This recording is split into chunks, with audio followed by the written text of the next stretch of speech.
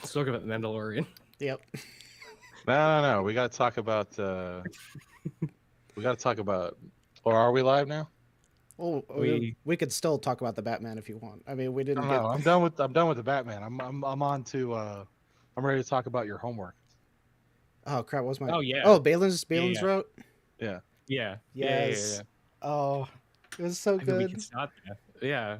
Yeah. That's we don't start with the Mandalorian. We start with the homework. We have to earn the Mandalorian. Yeah, because like you gotta start and wait for people to show up. Yeah, you don't.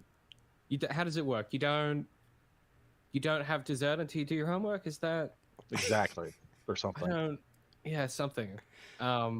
Look, I thought it was fun. I appreciate what they were. I appreciate everything they were doing. My tolerance for stuff like that is just so low these days that after about 10 minutes, I was like, yeah, I get it. Yep. Okay. And then it kept going, and I was like, cool. Triple B to the same thing. That's fine. And then I thought the ending was clever. Look, it was good. Just not my cup of tea. Just like taste wise, but I certainly appreciate it. I thought it was fun. I feel like your opinion changed as you had more time to think about it, because right when you finished watching, you said something along the lines of, that was a fantastic piece of art. Or something. It is. Well, it is. It's just art that's not for me. Mm-hmm. Like, do you know what I'm saying? That's a fair opinion. Yeah. And when you recognize something that's like, oh, this is pretty good. It's just not. It's not my pretty good. Yeah. But I yeah, like I said, it moved me. I very much enjoyed it. So Yeah, I was enamored. I loved it. And it really drove home something that I was talking in the comments with a viewer, and we were kind of having an argument as to, like, they were saying that these films are art and I should respect what the creators did and all, and I'm like, these are products. These are products to be sold. These Star Wars films are not art in any sense of the word. But with Balin's route, you could feel it. Like they were trying to make something very artistic. They were not trying to make something that they could sell to the audience. They were making something they believed in and that had meaning, you know. Well, back up that thought a little bit. You said, what was the beginning of that statement? The Last Jedi. Sorry. Yeah. Continue. All right, because like I would say that to me, strap in.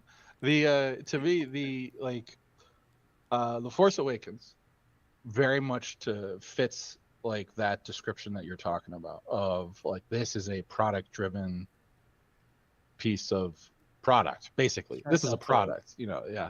And I get that same feeling with the Rise of Skywalker, much more so, actually. Like you could or one could make an argument about the Force Awakens like being somewhat artistic in that it's not a rehash of the what do you call A New Hope, but it is like an homage almost, because like it actually does like sort of like all three movies in one, as opposed to just being a rehash of A New Hope.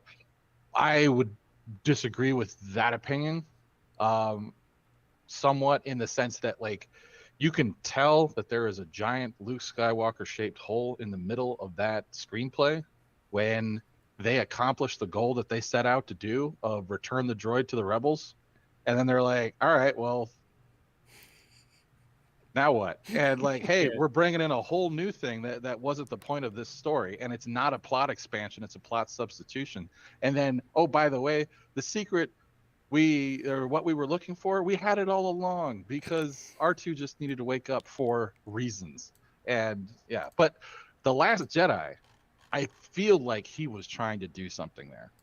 It's the most Ryan Johnson film of, it's just him being like, he walks up to the plate and he's like, I'm either gonna strike out or hit a home run. There's no in between. Yeah, and he like, just goes for it. I think he went for it. I don't think he pulled it off. Like I've made a number of videos that you've probably seen on The Last Jedi and how I think it's not good, but I think he was trying to do something. Yeah. But that being said, I think writ large, there is a conversation to be had about the way that Star Wars is. Yeah, I think product is a good word to use. I I usually substitute. I usually use the word franchise instead of product, specifically because I feel that like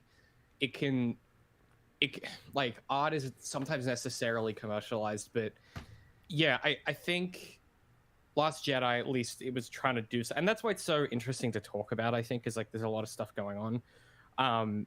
Solo, you can feel a version of that film within the larger film that was trying to do that then got co-opted and had all the edges taken out, which is what we ended up getting. And then you have something like Rogue One, which feels so different, and something like Andor, which feels so different, and then you compare and contrast that to like Boba Fett, which feels like I don't know, it doesn't really feel like anything campy, and it's just like it.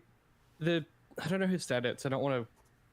Whether it was one of you two or someone else that I watched, but the Boba Fett feels like someone said, "Hey, we need to do a story with this character because people recognize him." They didn't say, "I have a really compelling story, and I think it would be interesting to tell in the Star Wars universe," which is that might kind of what Darth. Andor is, right? But yeah, that might have been you, Darth. Yeah, but interesting to think about in comparison to something like yeah. And especially because I was trying to remember exactly what the comment said, because it was something more along the lines of like filmmaking in general is about art, was the argument they were trying to make. And I'm like, I've been on a film set. It was like, get this shot, then hurry to get to the next shot. It's not like people sitting around all high-minded, drinking tea and saying, what would be the best blah, blah, blah to get this artistic point. It's like, no, we got to get done so we could make this money, You're trying to outrun the clock so you don't run out of cash. Yeah.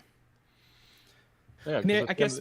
I mean, yeah, you're there to make money ultimately. Like, well, I should say a lot of movies are there to make money ultimately. Some movies are there just to hold copyright. Like that was a really cool thing that I didn't know about for a long time. It was like, why do they make all these crappy movies? It's just like to hold a copyright. Yeah. And they just got to put something out there or whatever. But like, outside of, I think the French, or rather, I would say the French, or somebody like George Lucas who has enough money, or has like fuck you money and can do whatever he wants. Like, I think he actually said that after he sold Star Wars, that like he was like, I want to make like experimental, like out there movies, and people are not gonna like that. So like, these are not movies that I'm gonna release or show anybody, like outside of like my director friends, and that's art, right? Yeah, I mean, I guess, yeah, it is. I was trying to pass that through because I think there's what you want to do ideally, I think, as an artist is like, you want to make art that is successful enough that or that can self-justify itself financially, but that still has merit. I think there is a way to do that in Hollywood at the moment. It's just whether it is like whether it's sustainable or not. Like, I don't know, Denis Villeneuve, like, he did Blade Runner 2049, did Dune. Like, you look at those films and it's a guy taking these properties and really doing his own thing with them, and like they feel rich in intent. And we talked about the Batman a lot last week, and like that's it's a very specific vision that is also commercially viable. And I don't know, there's something about like finding that sweet spot without like corrupting is not quite what I mean, but without like you want to maintain the core of the idea and the core of the thing you're trying to do without like selling out or something. I don't know. That's a very like juvenile way to phrase it. I think you hit the distinction, which is what we're reaching for. And I think again, this is the difference between like say The Last Jedi or like the ones that JJ did, which is that you have something that is executed on somebody's vision, and then you have something that's like made by network execs or made by committee. Like that is, one is somebody trying to do something. Maybe they're doing it with, profit in mind, but they still have a vision for it. And then you have something that was like, well, if we put this here, we can sell that, Yeah. Like thinking about the stuff that's outside of the movie. Yeah, that's a lot of the time why, and you'll see this pop up a lot in the Sherlock show that me and Darth did. I talk a lot about extra text and meta text as functions of text, because I think I think there's a real temptation, and this is maybe just me like revealing my hand a bit too much with my background, but like I think having been so close to the academic literature side of writing and like storytelling and stuff, I think there's a real tendency to indulge the text itself as preferential and go, well, I'll obviously do a close reading first, because surely, as Darth was alluding to with that comment, surely if someone's made it, then it has artistic intent behind it.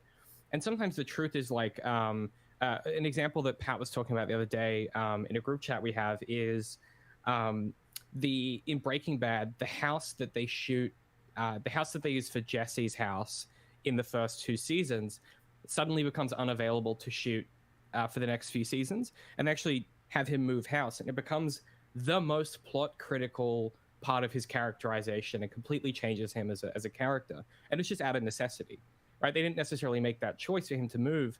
It was, we need to find a new shooting location. What interesting story can we tell within those restraints? And I think it's a mistake to look at that decision and go, well, obviously the writers didn't mean it because they had to move and it was an accident or whatever. It's like, no, within the constraints of the paratext and the metatext, what decisions were they making about the thing they were making? And I think sometimes if you choose the easy option and you don't really go, okay, let's confront this, let's interrogate this and see what we think is the best course of action, then, you know, I think that's where you get into the, like, as you said, you know, things made by committee or network, where it's not a particular person taking control in those situations. It's a network executive, or a bunch of them usually, going, how do we preserve our bottom line and take the least number of risks with this, you know, metatextual intervention that's occurred? And obviously you saw that with Solo, and Boba Fett is just, it's got that writ large all over it. I heard a really cool thing, exactly what you're talking about with Breaking Bad the other day. Not that one, but a different one. Like, one of the best characters in the show, Mike Ehrmantraut, was created out of that necessity that you're talking about, where Jesse, like, Jane dies, right? And Jesse calls Saul, and he's like, you know, I have like a dead girl here, and he's like, don't worry. And it's all through the phone. He's like, don't worry, I've got a guy, like he'll be there. Just stay put. And then Mike shows up. And the reason that character of Mike is created is because who's the guy that plays Better Call Saul? I forget his name. But he was not available. He had like a different commitment at that time, so he wasn't available to shoot. So they had to create a whole new character, and that character becomes one of the best characters of the whole show, and a big, and again a pivotal role in Better Call Saul as well. Yeah, Bob Odenkirk is Saul. Yeah, I think stuff like that is I mean, Dan Harmon talks about it a lot with the last season of Community. So when he basically soft reboots that for a final season, he has to add 2 new characters to the cast, and he's in this kind of interesting position where a lot of the actors, like, I can't get Childish Gambino back because he's off doing his music thing. And so, you know, those confines kind of end up with interesting decisions being made about stories. And like, because Jane leaves the show, I think, because she gets, she's in the front runner seat for Jessica Jones or whatever. And so, like, I just think there's ways that you can make decisions about stuff that either shows your hand and goes, yeah, we're just here to make money, or you can feel, or at least trying to make the best of the situation and try and do something cool and interesting with it. I think it ties back to the what you said about the vision, because remember a long time ago we talked about what was that game? The Dad and Boy. What game was that? God of War? What? Yes, the new God of War, and it was like, I got that from Dad and Boy. Dad and in Boy. My head, that's I just what went, it is. Boy. But so yeah, you know what I meant. So that game, like, there was, again, it was a guy at the top. He had a very specific vision. People would come to him and say, like, you know, I have an idea, and he would say yes or no, because he had an idea of what he wanted to do, and So he delegated and had people execute on his vision. But and I think that's the difference, is that if those decisions about things that are beyond your control are being made by the person who has the vision, then what you end up with is what you end up with is art. Whereas like if you have and I think an important consideration on that, it would be like, just for budgetary reasons, like you have this like big like fight scene here, we can't shoot that, we can't afford to do that, so you've got to figure out a way to do that. And if you have the guy or the gal or the person with the vision who executes and adapts that, then I think it works. But if you have like the network execs come in and like, well, I got a note here, like, well, this is going to be really expensive, why don't we do this and then we can make a toy out of it. And that's I think when you're making decisions that are not aligned with what you're trying to do, that are aligned with something else, then you end up with product and not art. There's a fantastic story about network execs that like get involved for no reason, and I wish I could remember who it was, this director that was talking about, where he's showing this thing to the execs, and then the important dude is like, take off 5 frames right here. And so the director was like, okay, I'll do it. And then they showed it to him again, didn't change a thing, and he was like, it's much better now, thank you for taking my suggestions. And it's just like, it's to be involved. It's like, to justify why they're being paid such a big salary, they have to do something. Like, actually, maybe drop that by half a decibel. I think that'll really tie it all together. Yeah, Commander's intent is the thing that we always talk about there. Because me and Rye are apparently like 6-year-old men who are obsessed with war stories. But yeah, it certainly is one of those things of like, the more group projects I work through, the more clear it becomes to me that the difference is a unified vision, and the way that occurs is by like setting that out clearly, and whether that's like, literally a mission doc, right? So like this video game that I've been writing, one of the first things I did when I approached the other guys that I wanted to work with, where I was like, hey, this is the type of game I want to make. This is the kind of things I want to go for, and here is my mission document that outlines what those things are. Like, here are the core values of the project. Here's the aesthetic positioning. Here are the themes that it's about. And then from there, it's like, okay, then mechanically, what does that mean? Okay, visually, what kind of stuff? And like, all of that matriculates down from that vision. But like, that takes years of just doing stuff, and years of making art to like even get there. And I get why it's very, very easy for a lot of projects to just get completely overtaken by network execs being like, do this because I said so. And you're powerless to do anything about it because they're the ones that pay your goddamn salary, right? Like, it's tricky. Well, I have a couple other non-Mando things to talk about, but I think we should probably get started. We have to. Okay, fine. It's only 50%, so half of the people. So high level, what'd you think, David? I was so bored by this episode. Oh man, I don't need more Star Wars minutia of. I just don't need another Order 66. This is like the 3rd one in Mando. Like, I just don't care. Listen. There's some stuff in it that I like, which we'll get to. I don't think anyone is gonna. The Ahmed Best cameo, absolute king shit. Don't get me wrong. We'll talk about it. But I just could care less about Grogu's fucking backstory. Like, what? And I get it. It's a contrast or whatever because he's a fucking foundling now, and I understand thematically. But it's kind of nothing. I just feel like this. There's no urgency to anything. I don't really understand like what this season is yet. And we're we're in far enough now that we're halfway through, I think. Jesus, real. I just didn't love it. I mean, I don't know. Yeah, I just wasn't super engaged by it. Maybe. Darth. 100% the opposite. Yeah, I almost rewatched the whole thing. I knew you were gonna like this. This is the exact shit you love in Star Wars, and it's everything I hate. Like, the funny thing is, I don't Star Wars fan love this. I don't disagree with you though. Like, everything you just said makes sense. Like, the overarching plot of everything we've been dealing with this episode didn't really help move the overall story forward in a good way whatsoever. But everything that happened was just like really entertaining, and it added little bits that we haven't seen before. Like, we've never seen Mandalorians like work together, train together. Yes, the whole flashback thing like kind of felt odd, but at the same time it's been a question, how did he survive?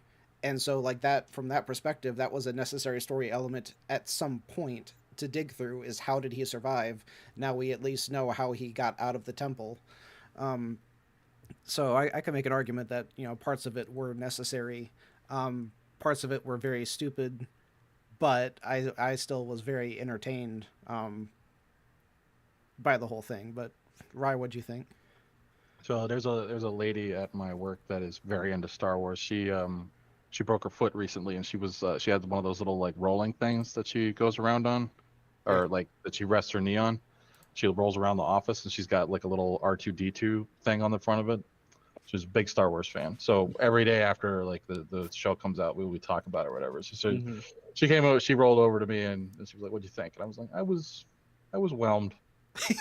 I was whelmed. It was I was not underwhelmed. I was not overwhelmed. I was thoroughly whelmed by this episode. And she was like, "Yeah, it was pretty much the same for me." It was outside of the cameo. That was pretty cool. That I have some comments on that sequence as a whole, but like it was cool to see that. It was cool to see that happen. I have a lot of comments on the Mandalorian goings on, but yeah, my high level on this one was I was whelmed. I gotta say, 20 points to Gryffindor for David immediately recognizing Ahmed best.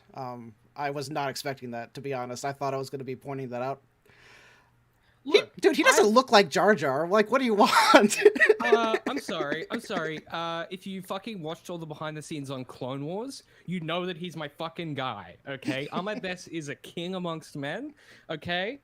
Absolute fucking king, all right? And I wouldn't have none of that slander in here, all right? I do know some things about Star Wars, and that's at least one of the 3 things I do know.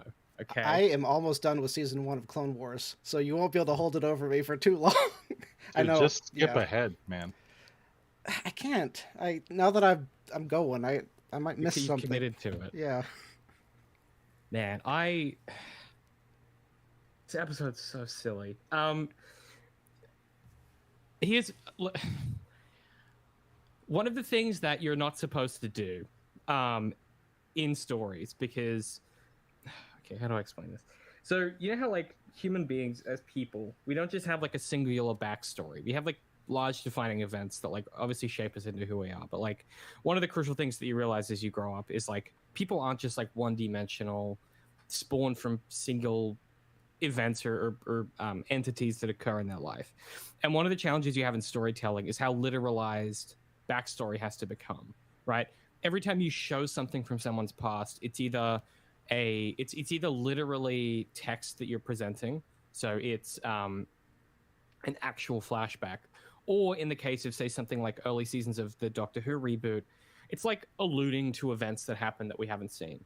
So someone says, "Oh, well, you were on such," Doctor says, "I was on such and such a planet when that happened." We don't need to see that thing occurring, but it gives us hints and flavors of like what that person's backstory was.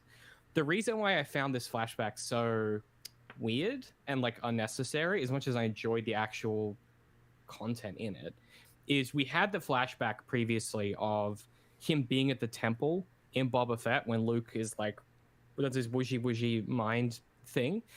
So we knew that he was at the temple. I think explicitly showing how he escapes did something in my brain where it tipped some imaginary scale of interest. Like, Grogu's not an interesting character because he doesn't say shit. He's not an interesting character because he's not interesting to look at, do stuff. What watching him do a Yoda flip, maybe the most mad I've been in maybe 10 years. And like the additional backstory here did nothing to further his characterization, did nothing to tell, like, you don't get an impression of how he thinks and feels about what's going on. You don't get an impression, like, okay, Kelleran could be a really interesting character. Don't disagree there. That could be a plot that we get. I'm excited to see Ahmed Best do more stuff, but like, I just functionally, for me, I was a little incredulous that they did this and had nothing to say about it.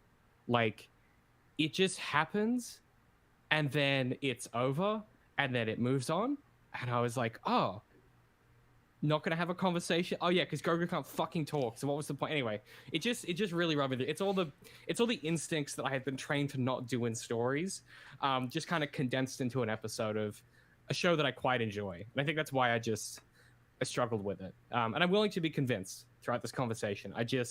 That was my high level. I'll get off my soapbox now. But before Darth tells us why we're wrong, let me tag on to that. That there was an interesting comment that I read from somebody where they were like, and I think it was a more simplified version of what you were saying, is that I always think of that line from Ratatouille where he's like, what does the chef have that's new? And it's like, this is Order 66. This is an event that we've seen several times now, and there was not, or I think but the exact comment that was made was like, there was nothing new that was added here. We saw the same, Jedi getting gunned down, and then Grogu gets away, and then there's really like not anything extra that we get out of this. Like, aside from, I will agree with Darth that like it is a question of how did he get away and who rescued him, etc. But that question's been answered by like saying, well, it wasn't somebody significant, it was somebody new, which is interesting. I don't know how much more they're going to do with that, because like, if you recall, like, Yoda doesn't continue, or not Baby Yoda or Grogu, whatever the hell his name is, that guy, he doesn't continue with his training. He actually like sort of suppresses everything. Or at least that's what Ahsoka says when she meets him. So there's no Jedi stuff in his future between, or in his backstory between when he escapes and when he meets up with Mando. And so, I mean, like, I'm trying to think of how to, or where I was going with that. But yeah, it was basically like, it was an event that we'd seen before, and there wasn't really anything new that was added to it by this, except the one part in particular that really jumped out at me was he's like, yeah, I know some guys, like, we're gonna escape, and so they go to the thing, and the guy's like, hey, take the ship, and I'm sitting there thinking like, all right, so these guys are just like, well, I guess I just die now. Like, him and his death, I go. Him and his crew. I'm like, well, Jesus, those are some committed Jedi friends. Some dudes. Yeah. I'll say this, and then we can get into the episode proper. I think there's two things that you hit on that I want to draw out into some contrast here, which is, I think if you do flashbacks like this, yeah, you're right. You either want to learn more about the thing that happened, so like the phenomenology of the world, or you want to draw into focus some part of a character's internal psychology that is of interest to the character they are now. So like an example would be in the Lord of the Rings films, we get flashbacks to the initial battle, the final battle of the three armies with Sauron. And the first one we get is functional. It tells us, it is plot stuff. It's like, hey, there's a big evil sorcerer wizard dude. We beat him once before, and then he had this big trinket, and it got lost to time, and who knows where it is now. And so when we see the ring, when someone's Bilbo has a ring, you go, huh, me thinketh it might be the sameth ring. And then you get into the next film, and the flashback that we get at the start of that is Schmeagol becoming Gollum. And that's interior character psychology, because that's going to help us bridge the divide between Gollum being a little fucking gremlin and Gollum becoming a goblin. Gollum becoming an empathetic character that Sam and Frodo can relate to. And so whilst they both, are phenomenology in the story, they tell us events that occurred, they're doing functionally different things. The version of this that works really well for me is the same flashback in Clone Wars, and it's not a flashback, but it's a sequence in Clone Wars with Ahsoka where Order 66 occurs, and it's her it's her and Rex dealing with their relationship in this split second of her being like, what is happening? And she keeps saying, Rex, like, what is going on? And he doesn't answer her. And you get these, and instead of killing him or whatever, she knocks him out and then makes her escape and uses Darth Maul as a distraction or whatever. But it's such a moment of, you get more from it. You learn a bunch about like Ahsoka's internal psychology and how that's going to influence her moving forward. And then you also go, hang on, what does this mean for Rex and their relationship together? And what does that mean for the clones writ large and this event writ large? Like, if he doesn't shoot her, he says to the others, he's like, leave her, she's like, let me do it. And then doesn't do it. Yeah, well, I mean, we know she's alive, so yeah. I don't know. But my point there is like, you can feel that it has a texture and a reason to exist, and it's informative and it's dynamic and it's exciting. And I hate to fucking be that guy, but like, I think the fact that Grogu doesn't talk is like really starting to become an issue with the pacing of the characters in this story. Like, well, he was completely, he's a completely passive character to that whole sequence, right? He doesn't do anything. Yep. Except like, doesn't he like open and close the thing like 1,000 times? I think that was so they didn't have to like move the animatronic, but yeah. Yeah, it just, I don't know. Maybe I'm being too harsh, but I think writ large, I talked about it last week, but the interiority of Mando, the lack of vocalization from Grogu, unless Bo-Katan's saying something interesting, not a lot going on. I mean, for Din Djarin this episode, at least he finally has something to do personality-wise, which I appreciated. But yeah, maybe that's my biggest issue here is like, if you're going to have this in the story, and the flashback itself doesn't do any of those things in a way that matters for the story that we're telling, then have characters talk about what it means. Or like, anyway. I could say two things in defense of that scene, even though I don't actually disagree with, the stance you're making. Go. One is, this could very well be showing, if you look at, this sounds so weird, if you look at Grogu, this is the saddest I have ever seen a puppet look. Like, he legitimately like made me well up because this puppet looks so sad. Like, the puppet was gonna start crying. It looks so sad. Like, I actually felt connected to the emotions that it was feeling. If I were going to take anything from that scene, it would be that he is now totally like PTSD in relation to Jedi. That would be my kind of interpretation of how that played out. And if he sees a lightsaber, he goes into flashbacks. He doesn't want to deal with it. That doesn't really tie into his training with Luke, but that's how I might interpret that scene because, like you said, we don't get any actual dialogue. All we have is he hears the hammer, he goes into the flashbacks, he looks super, super sad. So it's like anything that triggers these, and now he has all these sad thoughts about Jedi. The second thing that is in defense is if this is setting up something like an actual plot point for the future, because Rye, I assume that you immediately recognize the ship and the soldiers. Mm-hmm. So assuming that's David, they were from Naboo. They were Naboo armor, and the ship was definitely a Naboo ship. So and Naboo is Padme's home planet. Padme. Oh. So, and this has been one of my like biggest arguments as to why I think episode 3 completely ruined her character, is because she just sits in her hotel room and cries while people are dying. And that is not Padme. Like, she would have done something to actively help, and sending her like personal guards and saying, save as many Jedi as you can. These are my friends. Well, in her defense, she's also like 9 months ready to pop. Yeah, I don't I think. Listen, pregnant women can shoot blasters as well as an X-Man. Yeah, but I mean, she's a fucking action hero in the first 2 films that she's in, and then they're like, I don't know, sit on a couch or whatever. I don't disagree. She's all knocked up in the 3rd one. She is well pregnant. There's a big argument there as to what people think pregnant women are capable of doing.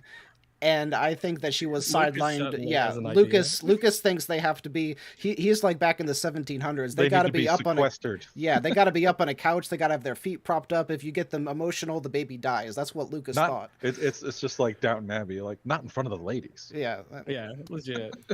No, please, the ladies.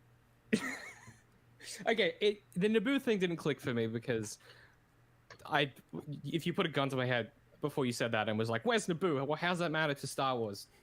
You should have just shot me.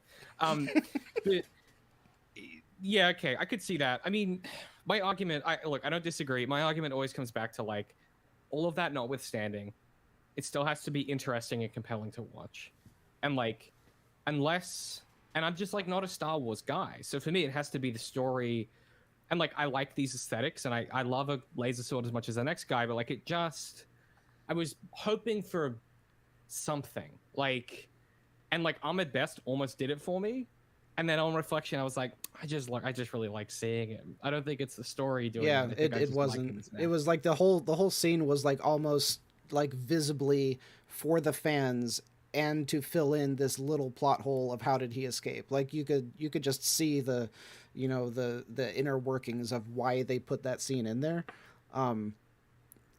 But at the same time, I nerd out when a lightsaber is active, so I don't care.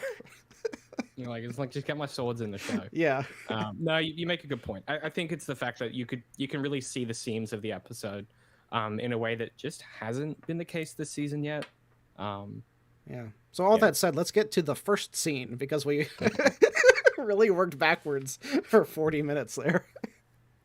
So it starts off on the Mandalorian training camp, where all of the different Mandos are like paired up and they're like sparring, and some of them are using knives and some of them are using flamethrowers and some of them are just shooting the water because I guess moving water is a good target practice thing. That was sarcasm. No, that was silly.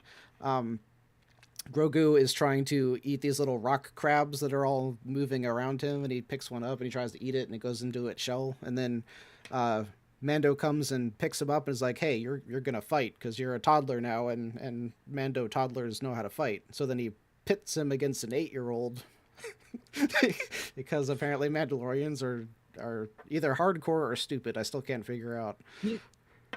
This is the kid from the opening of the season, right? He has a helmet on, so I don't know. If I This is the problem, isn't it? I'm pretty sure it's supposed to be. We'd have to go back and compare the helmet colors and see if it was actually the same kid or not. It would be insane if it was a different kid. That feels like a very deliberate thing. Probably.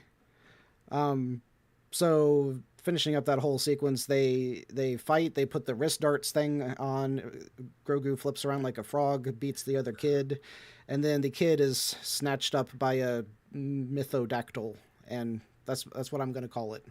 We got the mythosaur. This is the mythodactyl. Uh-huh.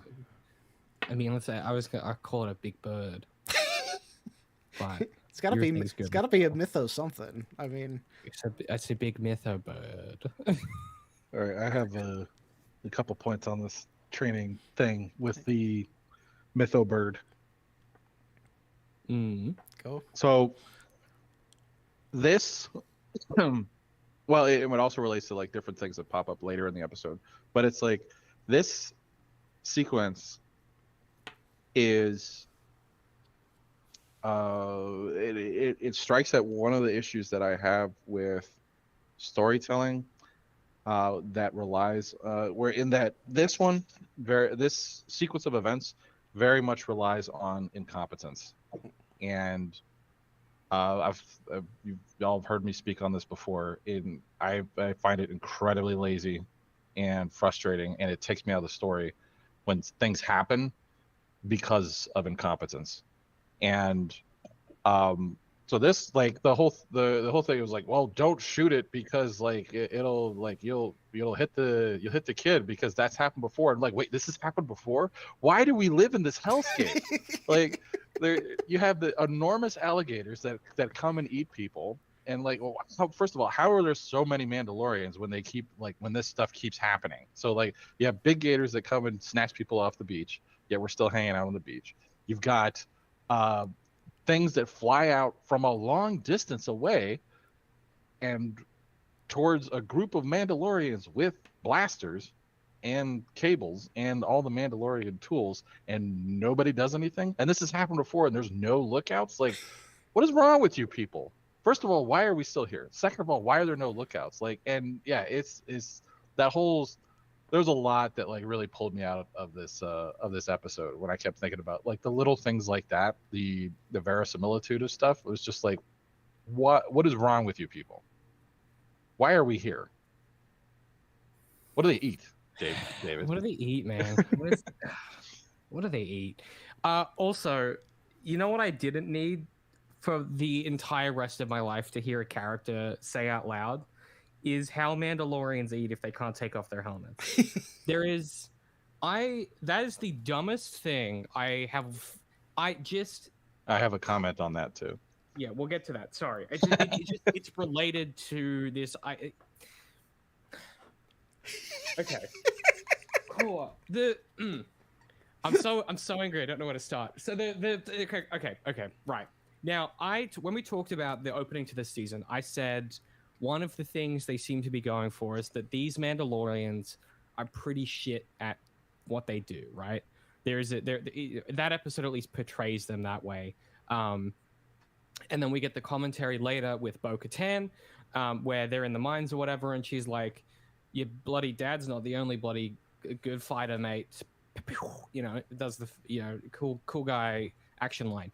And so there's a way in which they are positioning these two characters as necessarily unique in comparison to the other Mandalorians, but has the accidental consequence of making the other Mandalorians fucking dumb. Like, they're just dumb and suck to watch do stuff. Like, I'm sure for a lot of Star Wars fans, I'm assuming Mandalorians are like a big deal. Like, y'all are big fans of like, there's surely some Mando stands out there who are like, Mandalorians are my fucking people. And they just make them look dumb here. I think specifically for that purpose of differentiating Din and Bo-Katan. And I just like, I don't know. I can't think of any other reason why it's like, or maybe they're just being lazy. I don't know. I'm not sure. I want to say that that's pretty common because, like, when they bring in all of the Jedi in the Geonosis arena, and they're like, "Oh, this is going to be so hype. These are all the Jedi Masters together," and then a bunch of them just like 12 of them die immediately, immediately. I'm like, they, and I don't know if that was on purpose to make all of the survivors just look that much more competent, or if it's just any time that you have Group A versus Group B and you have to make one look. I don't know, but it fits so well with what you're describing that I think we could find a whole lot more examples where you have a group that's supposed to be the best warriors ever, and then when you really sit down and look at it, it's like they're really not. They got their Class A or their Class S people, and then everyone else is just like way down the list. You reminded me of the battle in the darkness in Game of Thrones against the Night King. When like they send all the Dothraki out there, and like it was cool, like to see all the flames go out. Even like the part that I was like looking really close at the screen. I'm like, what is happening? I haven't seen that episode. But well, anyway, because it was so dark you couldn't see it. Yeah. So fired. So like they send all the Dothraki out there, and then like all the flames go out and everything, and so like the Dothraki are gone, and then the Skeletors come in, and then we're down to like it's just the heroes alive, and there's so many fake out deaths, and then they win, and then they end up winning, and then the next day it's like, we only lost like half the Dothraki, and everybody else is still alive too. It was just like, wait, what? So I guess that's kind of like what I'm thinking about, like with the Jedi in in the temple, because like there's a bunch of them that come down, and then But, there's very few of them that are left. In my head, and I don't know if this is anything. This is how I've always justified it since the Clone Wars. Is there are two types of Jedi. There is like, I'm a warrior guy who's a fight guy, or there's like administrators. No, what is it called? The agricultural corps. Yeah, like they have a lightsaber, but mostly they're at a desk or whatever. And so I No, imagine... that's a real thing. The agricultural, I think it's called the agricultural corps. It's like if you don't get selected for a Padawan, first of all, you get taken from your parents against your will, and then maybe you get picked as a Padawan. But if you don't, it's off to the agricultural corps for you, where you use the force to grow plants. But I'm probably not even good enough for that. So I'm doing magic tricks in the bar. No, I'm fetching water for the people working at the farm. Like I'm the water boy for the Like, you're not even floating the bucket. You're just carrying it. No, I'm carrying it like a pleb. Because I can't float it. I'm not good enough at the Force. But no, I imagine those, the guys that get God or the admins. But also, this is weird, and I've talked about this before, but Mandalorian has a lot of video game logic. If one time the production design for this little enclave of Mandalorians was like, how would you have to design this if it was a video game level? Instantly, it would be 10 times more realistic. You'd have lookouts, you'd have some kind of like defense mechanism. It would just be... There's a way in which like it kind of just feels like this hole in the cave, this hole that goes into this cave is just like, it doesn't feel like it exists in space and time. It just feels like this place where they vaguely live. I think it's because of those things, and that's partly. Why would you ever leave the cave if it's this dangerous? Or even then, just have like spikes that form a barricade. So if something comes out of the water, it impales itself on the spikes, and then it looks like, they or planned. Anything. Yeah. Make a space fence or something. I don't fucking know. Yeah. Or like you said, live somewhere else. It's like they just keep losing all of their younglings, and they're just like, this is nice. We like sand. There was another thing that I saw, which was like what are the rules of the duel? Because the one kid shoots once, and that's it. That's a point for you. And then he shoots again. He's like, that's a point for you. And then the rule of 3, Yoda's like, baby, the puppet does the little Yoda flip, and then like, bow, bow, bow, bow, like gets all 3. He's like, 3 points to Gryffindor. You win. That should have been a technical foul, right? Right. Like, I like he's like triple dribbling his darts. That specifically, the guy is like, you shoot one and then they shoot one and then you shoot one and then like. Is flipping allowed? It would have been so much cooler had Grogu uses the Force to stop the paint pellet before it hits him and then shoots him back. The kid repeats it because he's like, okay, I don't know what just happened. The same thing happens again. You can't shoot someone when they have the Force, and then that's it. That would have made way more sense and accomplished the same exact thing.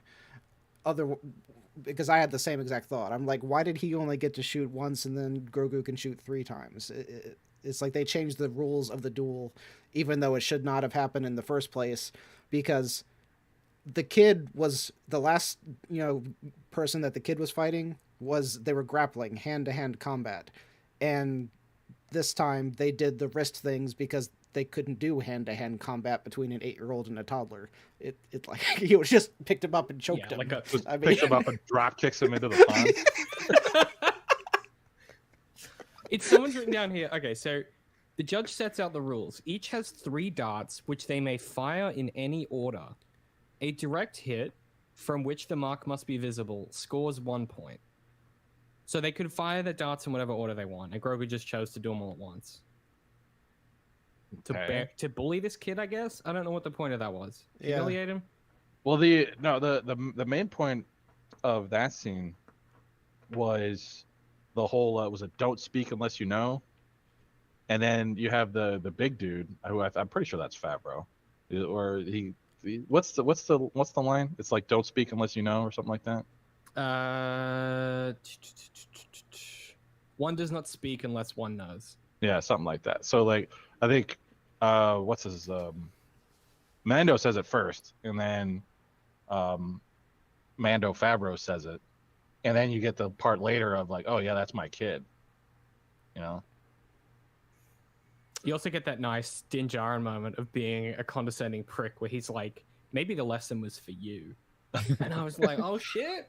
Oh, it's like that, is it? Okay. And you just reminded me what I was going to say about like the eating. So like when they get to the part where they're like, all right, so everybody's got to go off in this hellscape planet by themselves in the dark because we can't look at each other in the face while we're eating. But that wasn't what I was thinking about. What I was thinking about is like, so if they can't ever, I mean, and this is probably should have popped up way earlier in my thought process, but I was like, so if they can't ever take their helmets off, like even to eat, like, is that true for like your significant other?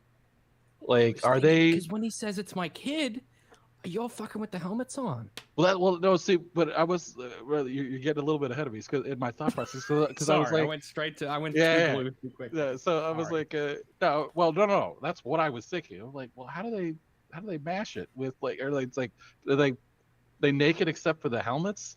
Like, is that how that works? And I was like, well, maybe because of like, you know, they have like the foundlings and stuff, like maybe they don't do that. Like, they're a bunch of nutbags that don't get it on with each other, with or without helmets. And then, so I'm like, okay, that must be it. Like, they just like find kids like the Jedi or whatever, and it's like, oh, that's. You know. And then he was like, oh, that's my son. I'm like, okay, well, maybe they do it with helmets on. You gotta wear protection. That's why I leave my socks on. That's a joke of the year. That's very good. Yeah. But you had the same thought? Detail. Yeah, I thought the second he was like, that's my son, I went, how y'all fucking? Like, what's, you know, it's a weird thing to say, and like, so Mando, trying to put all this together, Mando says something like, someone's like, why doesn't Grogu wear a helmet?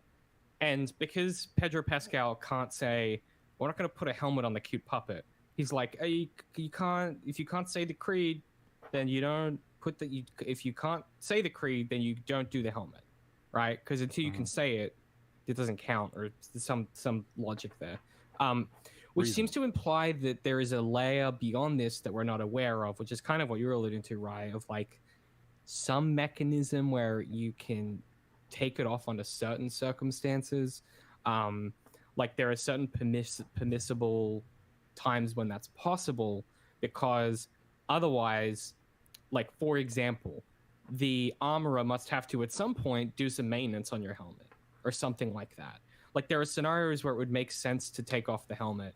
And so there must be exceptions to the rule. And that was where I was like, oh, maybe that is one of them. If you have a significant other, maybe that's the exception. Or like to your kid, maybe, but then Mando's not allowed to do that. But then is he not allowed to do that because he's never allowed to take it off, or because he's not a Mandalorian? Like, it's just never.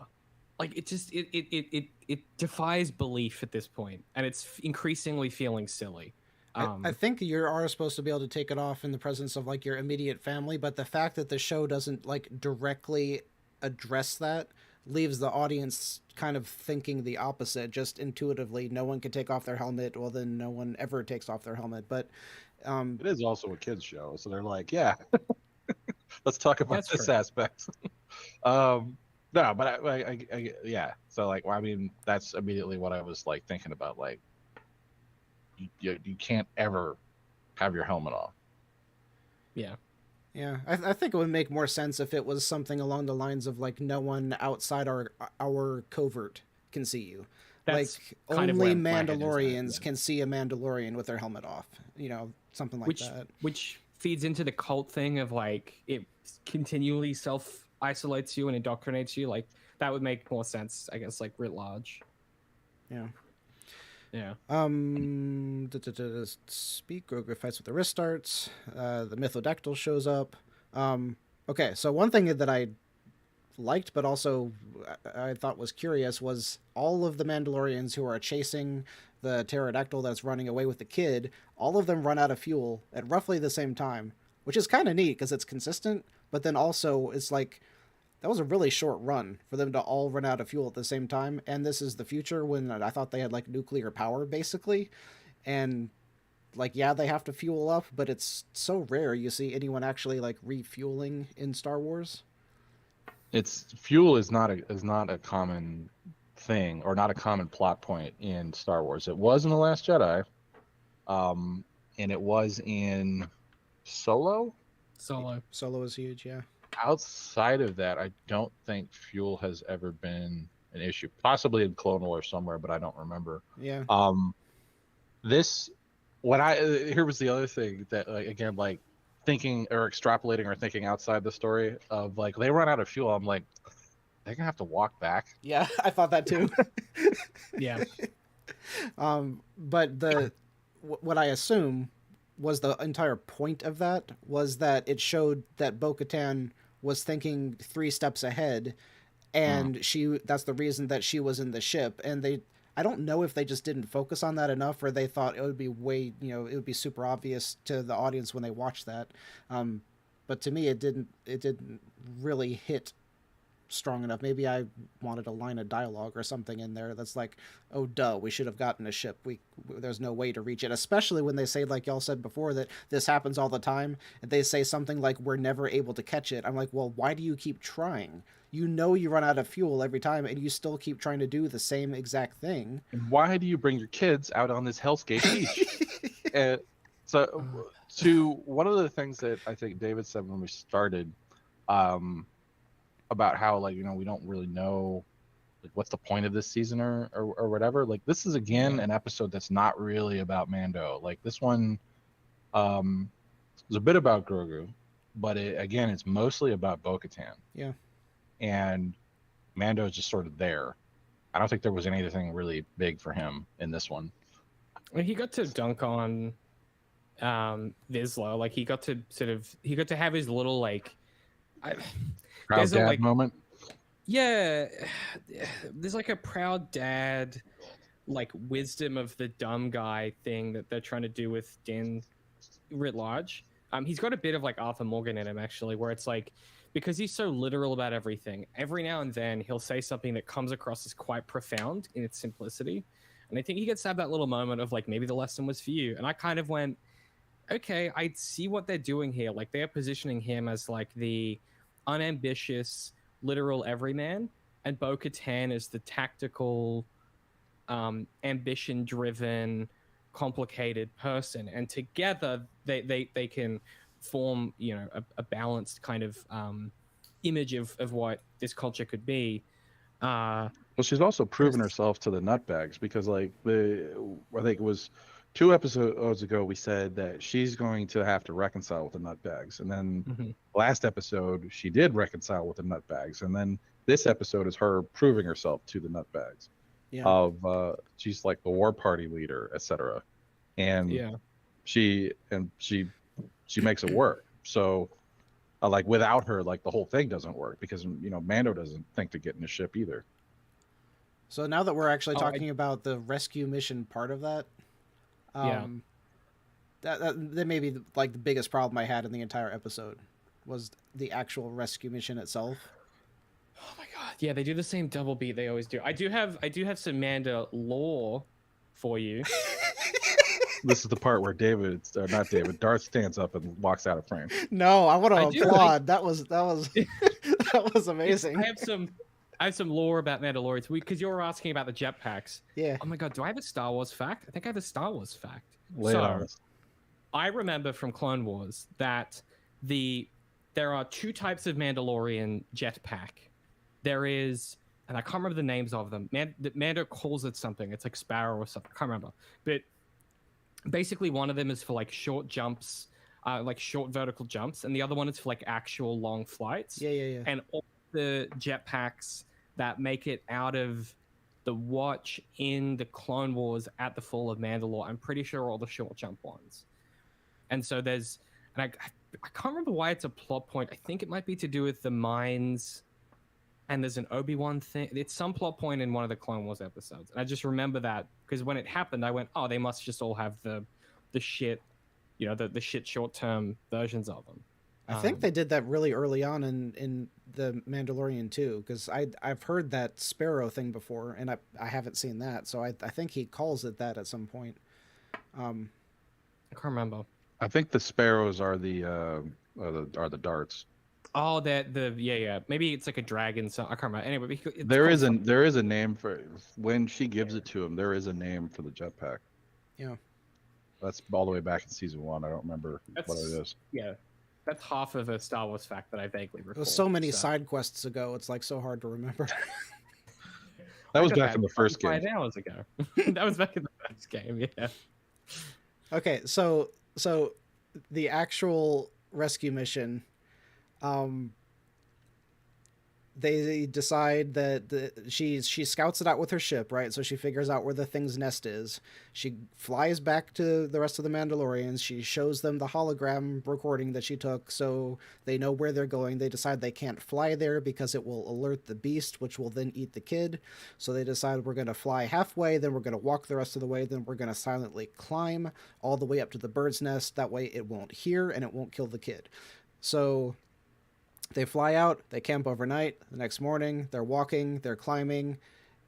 At least 24 hours later, the bird shows up at the nest, spits out the kid, which it still hasn't eaten. What was it doing the entire time with the kid in the kid was inside the bird.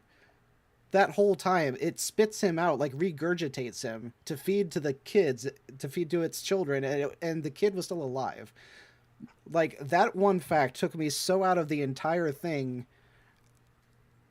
and I don't know why it annoyed me so much, but there you have it. No, I was 100% with you on that one, because like the whole time I was like, there is no sense of urgency here. Yeah. Like they're like, well, you know, so I tracked it back to the thing, but I decided to come back here because obviously it's not going to eat him right away. Yeah.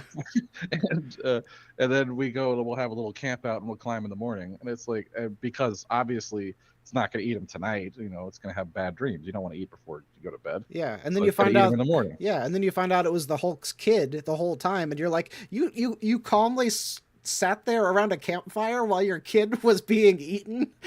Well, before they always takes them 2 days to eat the kids. Before, so they've already timed it. Yeah. Weird. Yeah, there were Mando helmets in the nest, and again, I was like, this has happened before. Why are we here? Yeah. Actually, I have a question about. Half of a question, half of an observation, half of just a plot hole thing. Not to sound like CinemaSins, because I understand why it's there, but isn't the whole fucking ordeal in the first season and a half Mando getting his full set of proper Beskar, pure Beskar steel armor? These motherfuckers leave Beskar everywhere. They're letting helmets go. They're letting pauldrons go. Yeah. Like, for a metal that's supposedly pretty rare and from the mines of Mandalore, they sure do just leave it lying around. Unless it's not all Beskar. Yeah. Yes, because Mando's got a set of armor in the first game when we start the prologue. First game. The first game we start the prologue. I don't think any of his armor is Beskar. Just the helmet. Is the helmet? Yeah, I think that the helmet might be Beskar, but like other than that, I don't think he has any Beskar armor. So there's just other metal. Okay, that makes sense. Still, okay. So is the Hang on. So he's just walking around, just in like the only pure Beskar armor, presumably that currently exists. We never get a read on the other Mandalorians.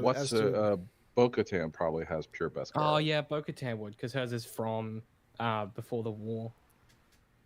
Interesting. Probably the armor as well. But that's a point of world building that they never address, is like everyone should have been immediately looking at both of them and like, oh, that's Beskar? Oh, I haven't seen that in 20 years. You know, something like that. Just notable. It clicked in my brain as odd. Well, I mean, one of the very first lines of the show is the thug in the bar. He's like, "Hey, is that Beskar?" And it's not. But like, I think the point of that line is to show that like it's not Beskar. But like, you know, I think the assumption of when you see a Mando is that it's probably Beskar. It'd be really funny to do like a bad lip reading type thing where Mando's walking around going, "Hey, you got Beskar? I got Beskar." He's just walking around taunting all the other Mandalorians. Just walk up to him, opens his cloak. You want to buy some Beskar? We get it, you dick. It's just really rude. So yeah, like the lack of urgency was really. There were a lot of things that really took me out of this episode, which is probably why I was not that. I mean, I think I was bored for some parts of it, especially with like the rescue sequence. There didn't really do a lot for me because I was thinking about one, the lack of urgency, and two, how do they do it with helmets on? So like, but position wise, because wouldn't the helmets hit like clash anyway? Something to think about. There's rule 34 of that out there somewhere. If you know how the Mandalorians are getting blue with it, maybe the don't rule leave 34 or rule 42. I forget. I don't fucking know. 34 maybe. I think it's 34. Yeah. Somebody knows. Someone knows. We're too old. We don't know about the internet. But like it. Yeah, I agree. I also think there's something. I mean, to be honest, watching a posse of Mandalorians go on a manhunt, I'm not against as a concept. But I think, and I've made this complaint before, I think a mistake this show keeps making is where it could have interesting interpersonal drama with other factions, it will often substitute in animals for the sake of clarity and for the sake of ease. In the Western, this is supposed to be based on. This would be some bandit who comes in and steals somebody from town and is demanding, a bounty or a ransom. And the good gunslingers have to go and track them down into the foothills and ambush them. And there's something about that which would feel like the urgency was a lot better placed because a human is capable of like inductive reasoning and they're not going to get their ransom if they kill the kid. Whereas an animal doesn't have any reason to wait for them to arrive. And so I think that's what you're hitting on is like, they're obviously lifting this framework from somewhere pretty legible. And then it's the implementation of that framework that is necessarily, because it's a quote unquote kid show, is necessarily sanded off. And in doing so loses some of the structural apparatus that makes it work and makes it feel smooth. And that was like ultimately where I landed is it's the right idea. This is a side mission in Red Dead Redemption without the fact that like a wolf can't steal a kid, a person has to do it. And I think that's ultimately where I think the issue is right idea, potentially wrong execution given the genre that it's based on.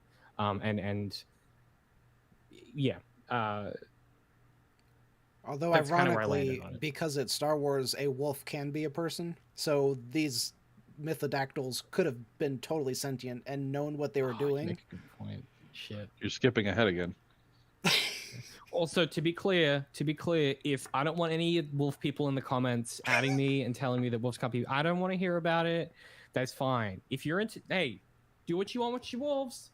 I ain't telling you. Listen, I'm not. I just. Generally speaking, I don't want to speak for you and your wolves, but So we've already got you saying on camera, ghosts can't be people, and now wolves can't be people. I'm fully getting canceled by the furry community, aren't I? Shit. God damn, it happened again. All right, so yeah, getting back on before they actually get on the rescue mission. So like everyone like flies off to start the mission, and then Grogu stays and has his talk with the armorer while she's making him this breastplate thing. And in the midst of that, he has his flashback. And there was some like I thought that scene was pretty interesting, and she's giving her whole NPC speech while she's making the stuff, and he's just like listening. It was pretty interesting. Y'all have any thoughts on that? Why does he get a piece of armor? Where does it come from? I don't remember. She gives a little speech about how the armor that they get is gifted to them, Foundlings. The armor that Foundlings get is gifted to them by other Mandalorians in their family unit, squad, whatever they want to call themselves. Because I don't think all of them are called a covert. But anyway, so I think that was what it was supposed to be, was she was gifting him her contribution to his armor set.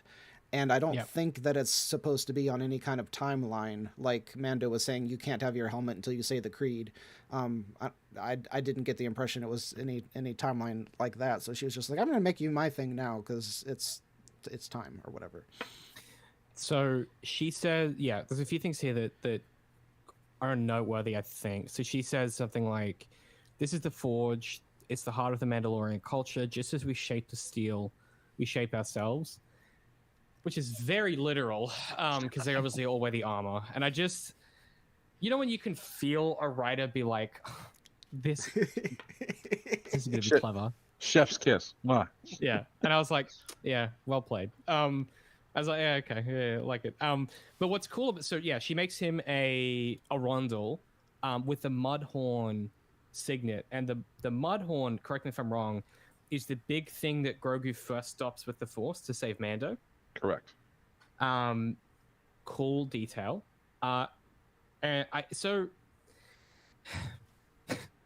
Is this, so she makes the armor, and I suddenly had this like vivid question in my mind, which is like, is Grogu gonna grow up and get tall enough to wear this armor?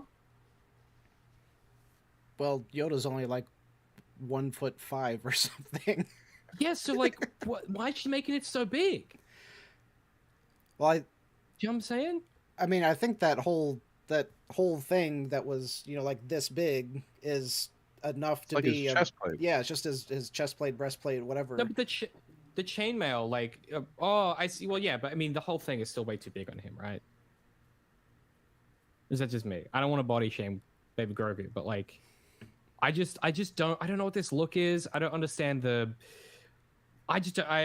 I think there's some mismatch here of like, we've just never seen a non-human bipedal fucking Mandalorian situation. I'm so confused as to what they're gonna go for aesthetically. I don't know if they ever had non-humans. I don't remember ever seeing one before. In theory, it's possible because you could have anything under the helmet, so as long as they're humanoid and bipedal. We've never seen like a real short Mandalorian. I don't know, that brings up the end of the episode, but we'll get there. Could one of the Jabbas be just put the helmet on him? Squish the whole slug into the uniform. So, I want to go rewind just a tad, because Justin said something in the chat that I was thinking back on season 2 when he runs into Bo-Katan first? And they go to take down the ship. On the pirate ship? Oh, I love the pirates. Yeah. No, not the pirate ship. It's the... Oh, yeah. Yeah, right after that, they team on the up. water planet. Yeah. Yeah. So when they're like flying through the air to do like an air assault on the ship and everything, I thought that was so cool. Just the visuals of, Mandalorians in the air, like going to like fuck shit up and everything. That was very cool. And I think that was SEAL Team 6-ish, like he was saying. Yeah. And I got a little bit of that at the beginning when they were like swooping through when they're chasing the thing after it like grabs the kid. When they're swooping through the canyons or whatever, I'm like, a little Top Gun Maverick kind of thing here. It was cool. There was a cool shot, but then the execution of the rescue, not impressive. I thought you got a little bit of that too when they're actually fighting it at the end. Although the grappling didn't totally make sense, but the way that they worked together kind of gave me that impression. But yeah, I agree. Especially when you look at that later scene that you were talking about, like when they actually make it inside that Imperial ship and they're like walking down the corridors and gunning people down, and it was just so baller. And everything after that has been like, well, not just that, but it was like incredibly creative. It's like because there's an environment kill where it's like, what room are you guys in? It's like, oh, we're in the room that like opens up and everybody gets sucked out. It's you remember sick. that? Yeah. And there's other cool stuff. Like there's a cool moment where like Mando uses his body as a shield to deflect bullets so that someone else can like. It's just so it's so creative. And I mean, the dogfight last episode was equally interesting and creative. That was some real Top Gun Maverick stuff. And this feels so close, but then like they just do the most obvious thing every time. Well, it's also like you've said before, I think several times, is that these are the outcasts. Like these aren't the legit, trained warriors and stuff. True. They've been living out in the woods for the past 50 years or however long, But they're out there training every day on the beach, shooting at water and stuff. But when idiots train idiots, I mean, I was gonna say, if you're taught by a moron, then But that's the whole thing about Bo-Katan and Din is like they are just so much more proficient that it almost errs on like disbelief. I really, really wanted that opening montage to have them involved, because it would have established that precedent for the audience. Like right now, we're just guessing that this covert is supposed to be like low tier compared to other Mandalorians, but if we had seen Bo and Din actually like sparring with these people and they just mop the floor with them, it would have set the precedent. Yeah, it would have locked it into place nicely, which is why they need their leadership. Like I don't know, I think it's just like we're just making a lot of assumptions, and part of that as well is because you're dealing with characters who just can't express facial, like they just can't do facial. It's all body language. They just have to do like sad. They put a little tear. they put like a smiley, do a smiley face like with their fingers or something. I was imagining like they just hold up a little whiteboard and they've written like sad on it, like happy, embarrassed. Like Henry and what's his name? Henry and Sam. Yeah, exactly. No, I mean, I don't disagree. I think the armor scene's really cool. Anytime she's on screen just talking about Mandalorians, like lore and stuff, and just like how weird the Night Watch business is, I'm just fully there for it. I loved it all in Clone Wars, and I love it here as well. Mandalorian society, like backstory, like I'm here for it all, and I would just can we have like an episode where she just gives us like a lecture about what she thinks happened on Mandalore during the war? Because I bet it's real different than what happened. And I think there's something really interesting about that to me. Before we get to the flashback, did you have anything else, Rye? I think it was... I'll be honest, I don't remember their fight with the thing on top of the thing. It's after the flashback. Not that that matters, but I don't remember that either.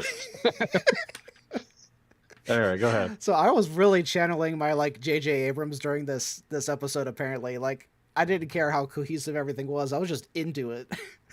It's just so interesting that both of you were like so bored, don't remember a thing, and I'm like, man, I loved it. I can't express how much I was expecting this, because I walked out of it. I was like, that was fuck, man. God. And then I went, my literally the second thought was like, Darth is gonna love that.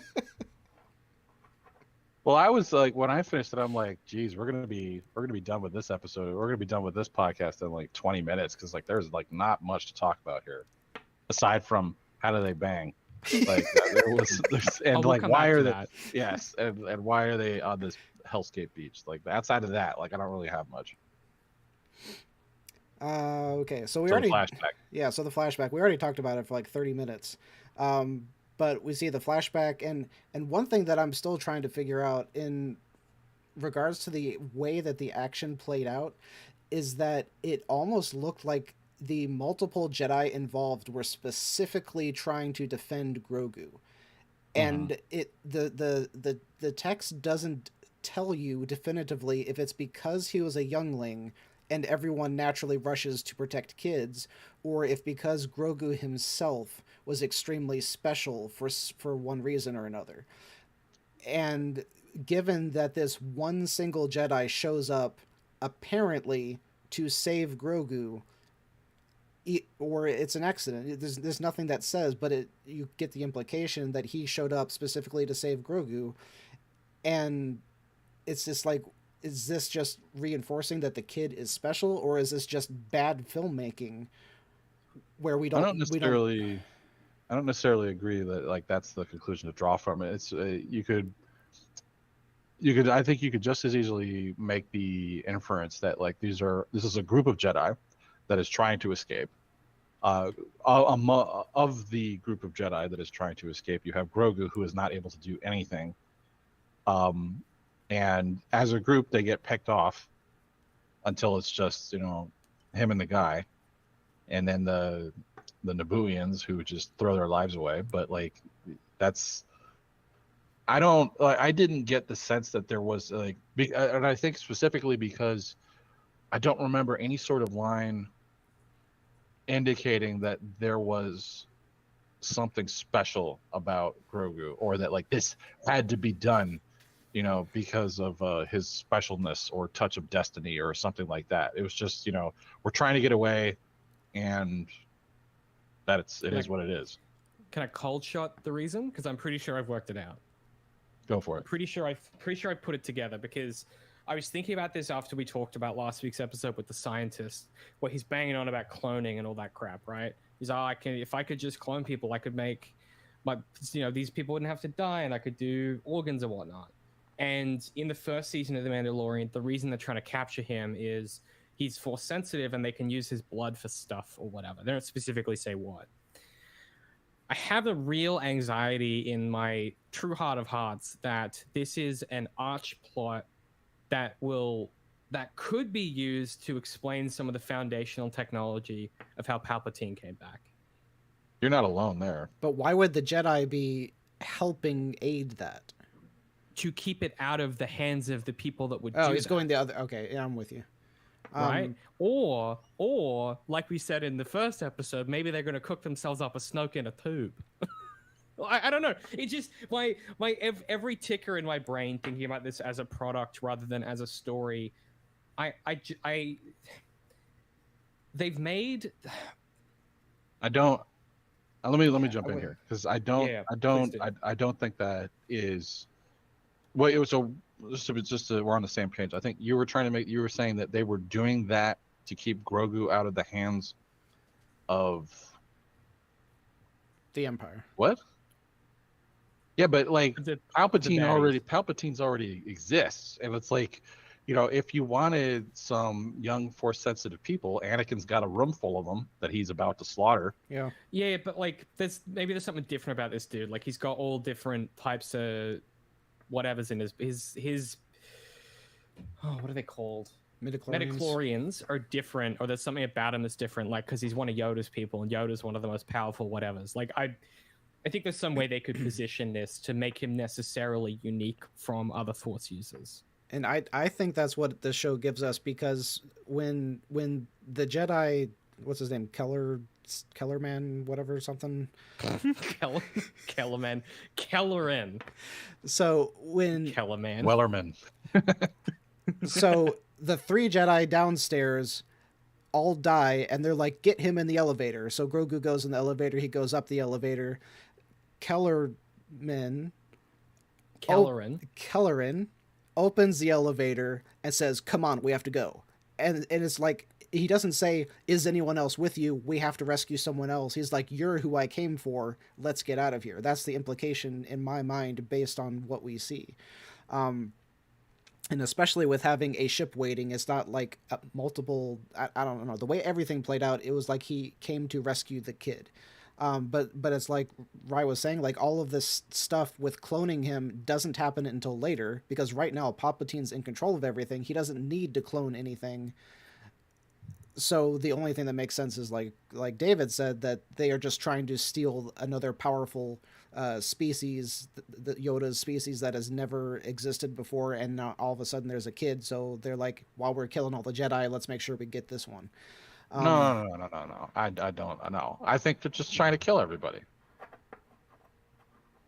I don't have a strong opinion either way. I just think it's there's enough things there that I could feel a producer pulling that all together.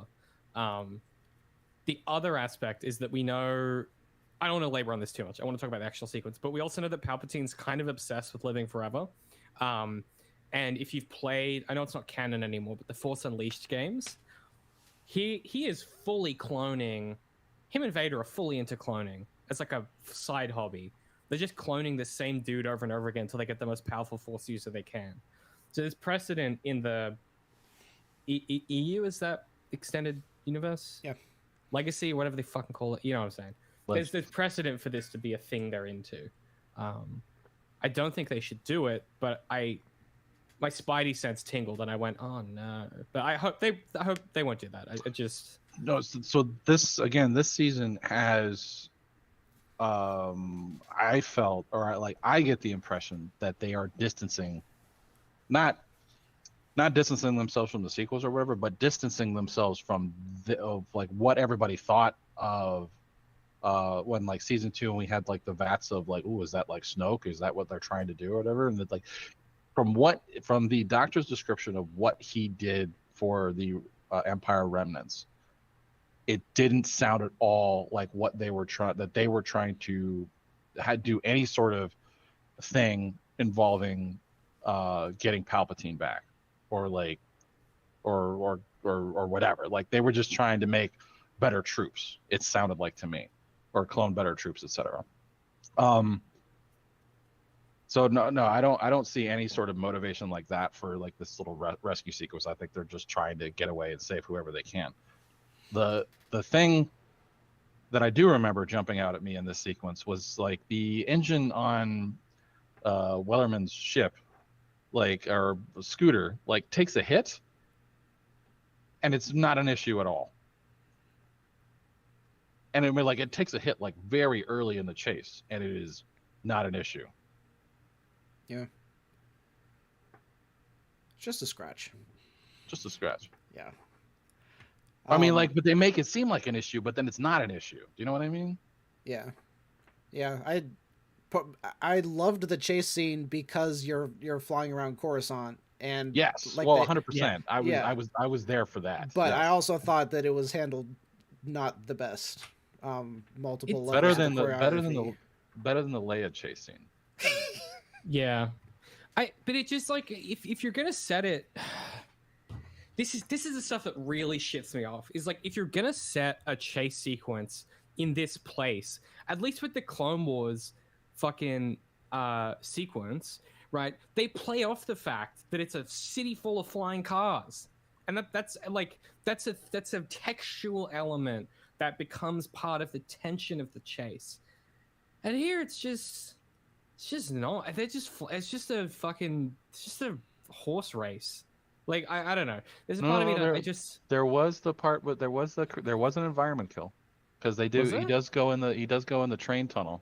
Oh yeah, okay. But outside of that, like the part where they are flying around the city, I think is what you're talking about, where that part felt too extended without them taking advantage of the environment that they're in. Right? Yeah. That's kind of what I'm driving at. I'm rewatching it now, and like it just, that bit that's pretty good actually. But yeah, it just feels like this could have been anywhere, and it just happened to be here because this is where, the Jedi Temple is. And I just think sometimes if you're going to use a location, the more deliberate you can be with the characters utilizing it as a space that exists and has what's the word for it? It's like there's a literary word for it, but I can't remember what it is off the top of my head. But like non-necessary functionality. So characters in a space using a space in a way it's not designed for to achieve some other means is a really great way of making things feel real. An example is like in a fight scene. You saw this all the time in like 2008 with like the Jason Bourne-ification of action films, where it's like you chuck a chair at someone or a magazine, or you kill someone with a pencil, or you push them out a window. Like it makes things feel very grounded in space and time. And I feel like there was some missed opportunity here for some of that. Yeah. So the biggest thing that took me out of this was when they get to the platform where the ship is waiting for them. Do y'all have any thoughts? Yeah, that was the one where I got taken out because it was that group of guys was the guess I'll just die now. I mean, part of that made sense, but that's just because I'm a huge fan of the Jedi. I'm like, yeah, y'all totally go off. I want the Jedi to live.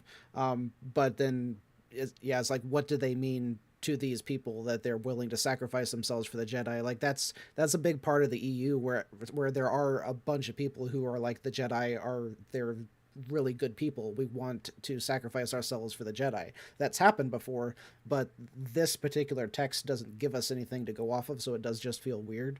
But my biggest thing was just that they were there, they were ready, they were waiting, and the assault on the Jedi Temple just happened.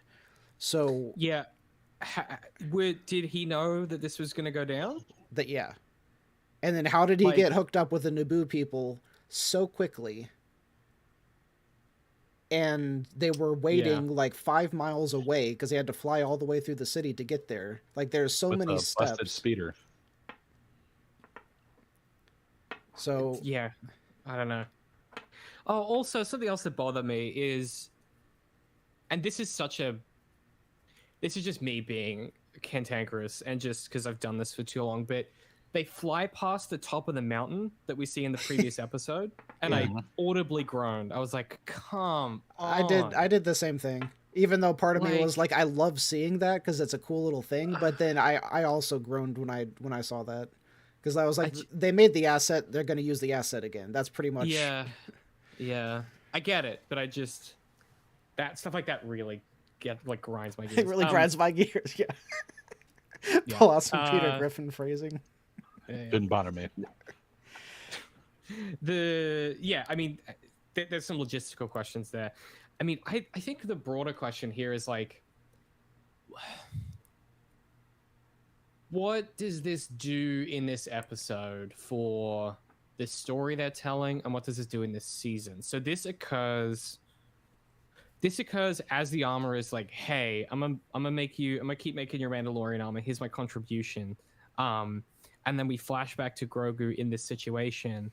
But because he doesn't talk and he doesn't really emote, like, I don't know why this is here or what we're supposed, like, what am I supposed to be walking away with this sequence, thinking about, feeling, wondering, aside from, I mean, the question I have is like, okay, why was that here?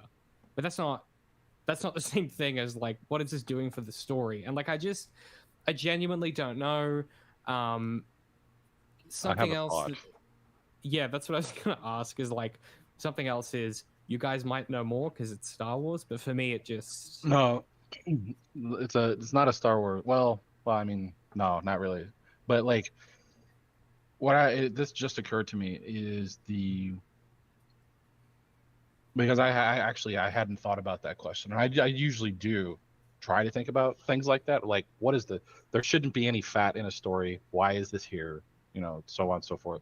I hadn't really been thinking about it in that context of like, what does this do, etc. But I think at that exact placement in the story, and this might be looking too much at I'm trying to think of how to say this, as in like, maybe this is like giving them too much credit, and maybe this is not a thought that they had at all. But like, this is a moment where you have like Grogu was a Jedi Padawan, or at least he was getting training at the Jedi Temple. I don't think he was a Padawan. He was a youngling, and so he was at the Jedi Temple, and then he did get and he does have like force powers or whatever, and he did get some training from Luke, but he made a conscious decision to not do that. And so we get the flashback of him leaving the Jedi Temple at the same time he is becoming more of a Mandalorian because he is getting Mando armor. Yep. Now, that sort of symbolism, I don't know if they really meant that, but I mean, I think do you see what I'm talking about? Yeah, I mean, the fact that they're contiguous like makes me immediately go, at least if it's not conscious, then like it does have that textual effect of making you go, oh yeah, he's leaving the Jedi Temple and joining the Mandalorians. Literally, just sequentially in the episode, that's what's happening. Yeah. Yeah. But if you cut that out, would it be any different? Not really. That's the thing I'm left with here is like, it feels indulgent and like, I don't know. I don't want to say that it feels like fan service because I fucking hate that turn of phrase. I don't think it says anything about anything, but perhaps what I mean in a broader context here is this is a season really in need of some juice. Like it's really waiting for the hook for you to go, oh, now I see what all this stuff is building toward. What we're doing here. Yeah, like why are we here? And we kind of know it's about Mandalore. We kind of know it's about Bo-Katan and Din's relationship. And we kind of know it's about Grogu, sort of. But this felt like it really was squinting at what's happening, rather than constructing a compelling episode of TV that could have, like, either further progressed the interior psychology of these characters. And we do get that with Bo-Katan. I want to be very explicit. The ending of this episode, we get a moment from Bo-Katan where she really rolls some dice. Like, and it's a subtle little moment, but she's risking a lot of things by asking the question the way she does. And she's doing this little sneaky maneuver behind Din's back, and I love the shit out of that. But I feel that the airtime that we had in this episode for this flashback could have been served by things actually happening in this story that we're in, because so much of this season has been preoccupied with events occurring elsewhere in time and space, and I think that's why a lot of people are saying, I don't understand why I'm here. I mean, Justin said something like, I just don't know what direction, like, why am I watching, what's the end goal? It's boring because we don't know what we're doing here. Yeah, there's no big, it's like in a video game, you know, you have a main quest to go back to, so the side quests feel like they're building towards something. This is just all side quests so far. We don't know what the main objective is. We thought it just feels like it's, but we didn't. It kind of feels like we did, and then it was over. Yeah. It kind of feels like one of those like mystery games where you don't actually know.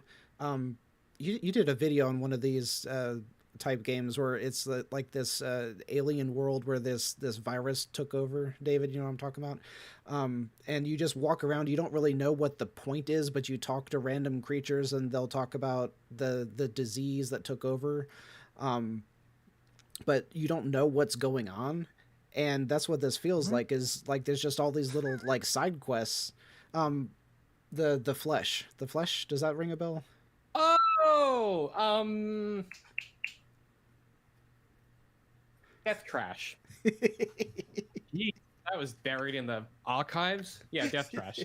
Yes, exactly. Yeah. And it's like an old school Fallout style game. It's in early access. It's fucking brilliant. Yes, you're right. The discovery is you're learning about the world as you try to uncover, like, what is your relationship to that world and where do you fit into it. Wow, 10 out of 10 on Steam. It's so good. You definitely should play it.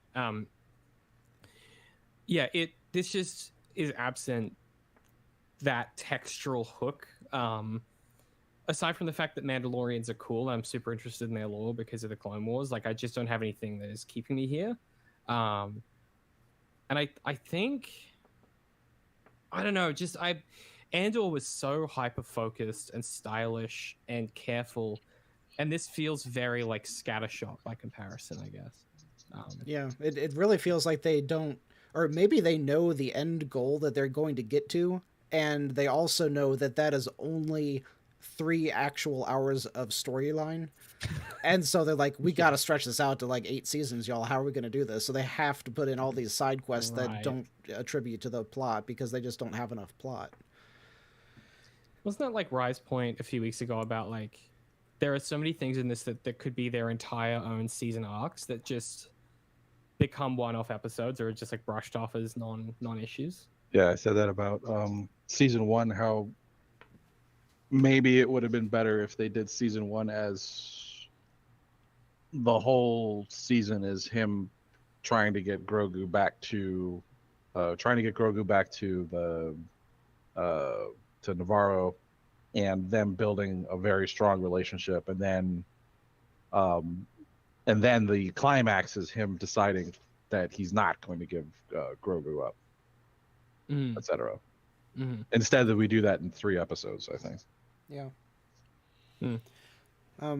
So getting sort of back on track, one thing that struck me about I'm never going to remember Jedi Jar Jar's name. His last name is Beck. Wellerman. Beck, if that's easier. Kelleran Beck. You could just say Beck if that's easier. Jar Jar. Darth Jar Jar.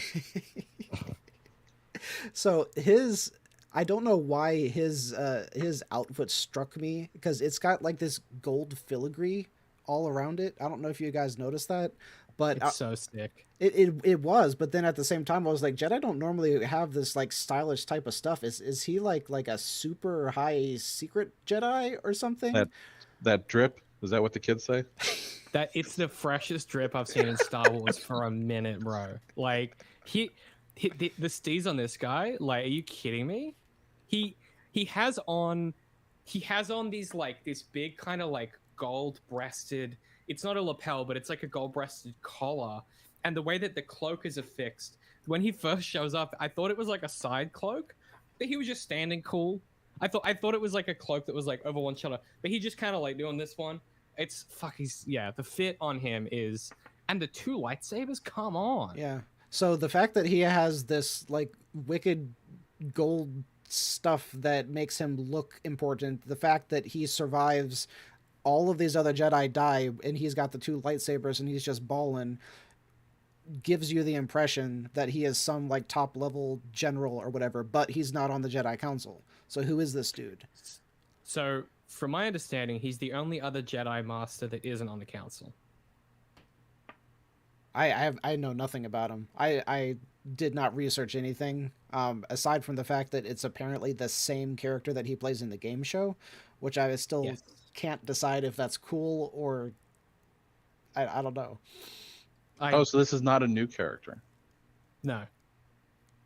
So like Ahmed Best came back and like started doing a game show like a year ago, where he plays a Jedi Master and like the kids come on the game show and they run an obstacle course or whatever, and it's like literally game show? Yeah, like for TV. Oh my god! Jedi Temple Challenge. And he's portrayed by Ahmed Best, who also all portrayed. All right, you can't see it, but this is me walking out of the room.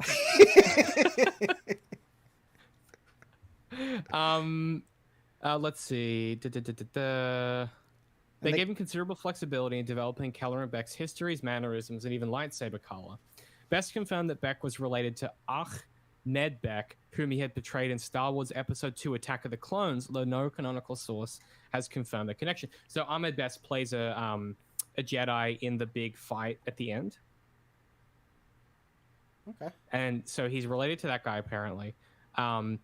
Best also revealed his character's nickname was the Sabered Hand, ahead of its mention in the series. During an interview, Best confirmed that Beck's purple lightsaber color was an intended homage to Jedi Master Mace Windu. Upon appearing in The Mandalorians Chapter 20, The Foundling, Beck's lightsaber sported a green blade. And then he goes on to say some other stuff about his inspiration. But yeah, apparently they just said, hey, do you want to come in and do it? He was super excited because he loves Star Wars now after he got over being bullied relentlessly for like 15 years by foul young people. You guys know Ahmed Best had the worst experience off the back of the prequels. And it's nice. That's why I was so happy to see him. It's quite nice. You know, he ended up dropping out of the Clone Wars, voicing Jar Jar for mental health reasons. And it's really cool to see him back and really loving it again. It's really, really heartwarming to see. Yeah. Yeah. Right. Anything on him before we move on? Nope. Cool. Okay, so after that flashback ends, we go into the rescue mission itself, which starts on the camp out overnight. Everyone walk off into the darkness and take off your helmet so you could eat. Bo gets the honor of staying by the campfire to eat because it's her mission and she's leading it, which kind of hits her hard, and she's like, oh, that's really cool. Which is also weird because she used to be like a queen and like ruled a planet, and she's like probably had honors before, so it just kind of hit me odd that she was like, oh, sitting at the campfire, this is cool. But then she also looked lonely when she took off her helmet and she's like looking around and she's like, I'm not used to this. There are kind of some weird, cool things going on with that, but I also didn't. It's like even though she took off the helmet, she wasn't really verbalizing anything, so we didn't really know what she was thinking throughout that whole scene. So I had to infer a whole lot of what was going on in her head. Yeah, I mean, aside from what we've already said about how silly some of this is, I think it's notable culturally that this is the case. I mean, clearly, it's silly, but I like the idea that they're sticking to something, like they don't take off their helmets and they're sticking to that. It's silly, but that's what these people do. Yeah, that's true. So anyway, so then we get to them, they're using their grappling hooks to get up as far as they can, and then they're climbing, and then they grapple again, and then they climb, and the whole time it's like they're climbing for hours, and the whole time I'm thinking, hungry? Why wait? And it's like no one's in a rush to rescue this kid, and the mythodaktyl's eating him the whole time. Anyway, so then there was a part of the climbing is, I was thinking of God, what was I thinking? I was thinking of Guns of Navarone. You familiar with that? Either of you? It's a classic World War II movie. That starts with like they have to climb a cliff at night during a storm or whatever, and they have to free climb it. And so there's a whole lot of tension in the climb, which I think like it's not any different than anything else in the sense any other sort of action sequence in the sense of like good news, bad news, or whatever. But I felt that like this sequence kind of lacked that. I mean, like, it very much lacked the urgency that you were talking about and that we've talked about before. Yeah. Of the we need to get up there before it's eaten, like the last ones. And then there just wasn't. I didn't feel any of that like good news, bad news sort of tension in the climb. Like, oh, one of them might fall, or one of them, like, they're trying to be quiet. So what happens if like something goes wrong on the climb, and you face the challenge of trying to resolve that problem or issue while still being quiet. And so that, I felt like that scenario was created but not really utilized. Yeah, and then everything changes right when they get up to the nest, because then the Hulk dude is like shouting, "That's my son, that's my son," and all of a sudden there's urgency. Leroy Jenkins. Yeah. It's like, why didn't you care? Like, for the past 24 hours, you weren't rushing this much, and now all of a sudden, Anyway. I do like they've made Vizsla a fucking idiot. Like, it's I don't know, it's notable to me, like, that, like, Paz, which is the big dude, Paz Vizsla is theoretically the only living survivor of House Vizsla, which obviously is pre-Vizsla from the Clone Wars, who is the guy that ends up betraying Darth Maul and gets got with the Darksaber. Wait, so this is post Vizsla? This is Paz Vizsla.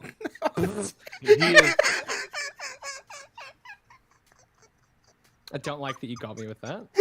I feel like I should be more. That's just rude. So that was.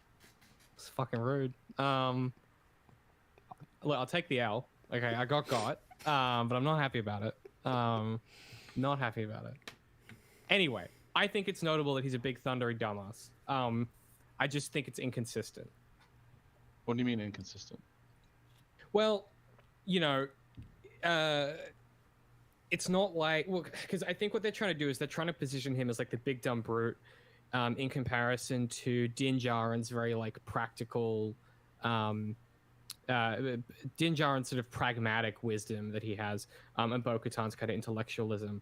But like, he's just like not very well characterized outside of that fight in Boba Fett, and just otherwise not really liking Din.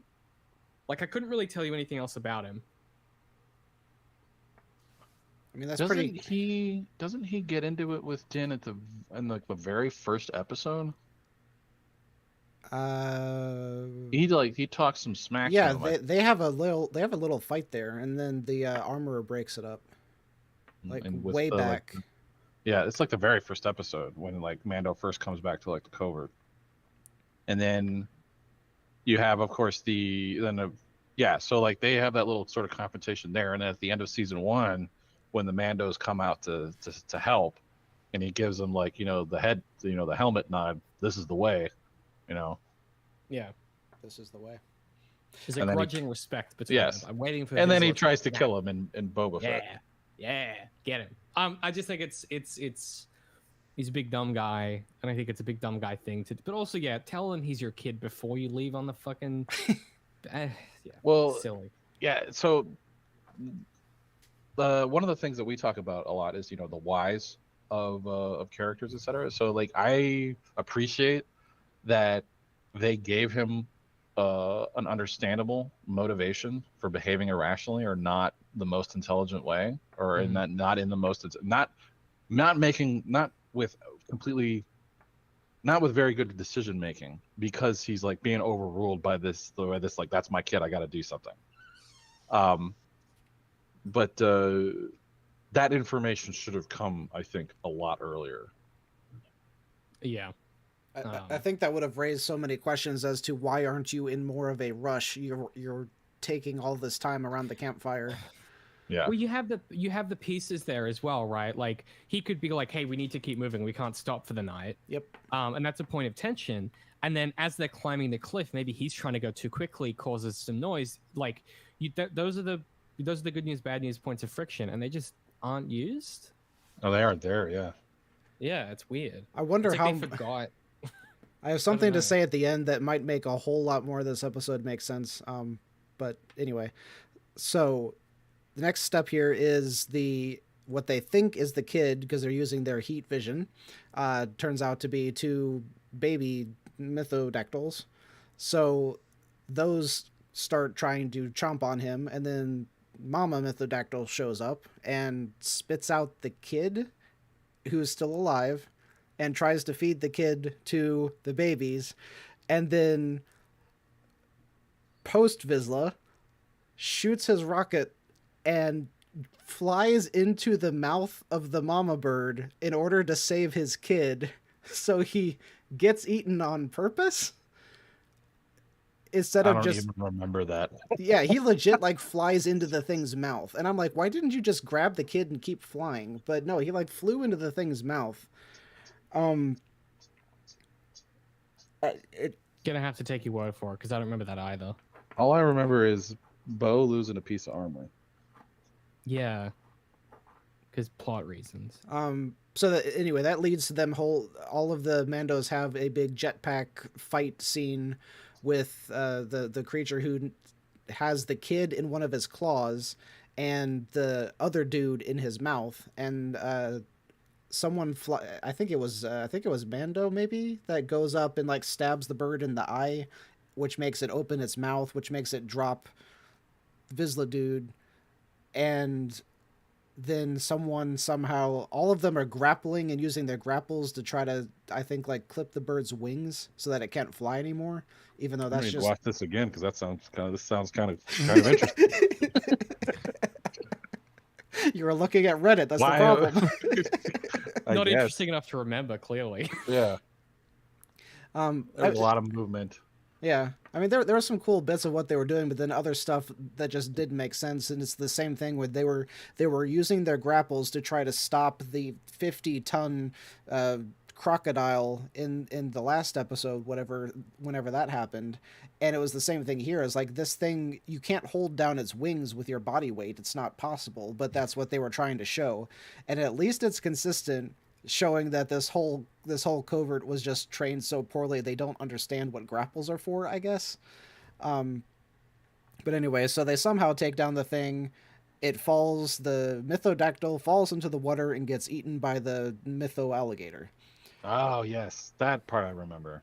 Yes. And I was like, I know what's gonna happen, and it happened. So Yeah. I was like, that's. Yeah. I appreciate that. It was a total Jurassic Park scene. Well, there's always a bigger fish. I audibly said there's always a bigger fish when that happened. Yeah. I said that out loud to my empty apartment. I was like, there's always a bigger fish. So then they fly her ship back to the beach, and there's this like tense moment of tense music until the kid walks out, and then all of the Mandos start clapping. Only they can't clap because they have gloves on, so they all do this.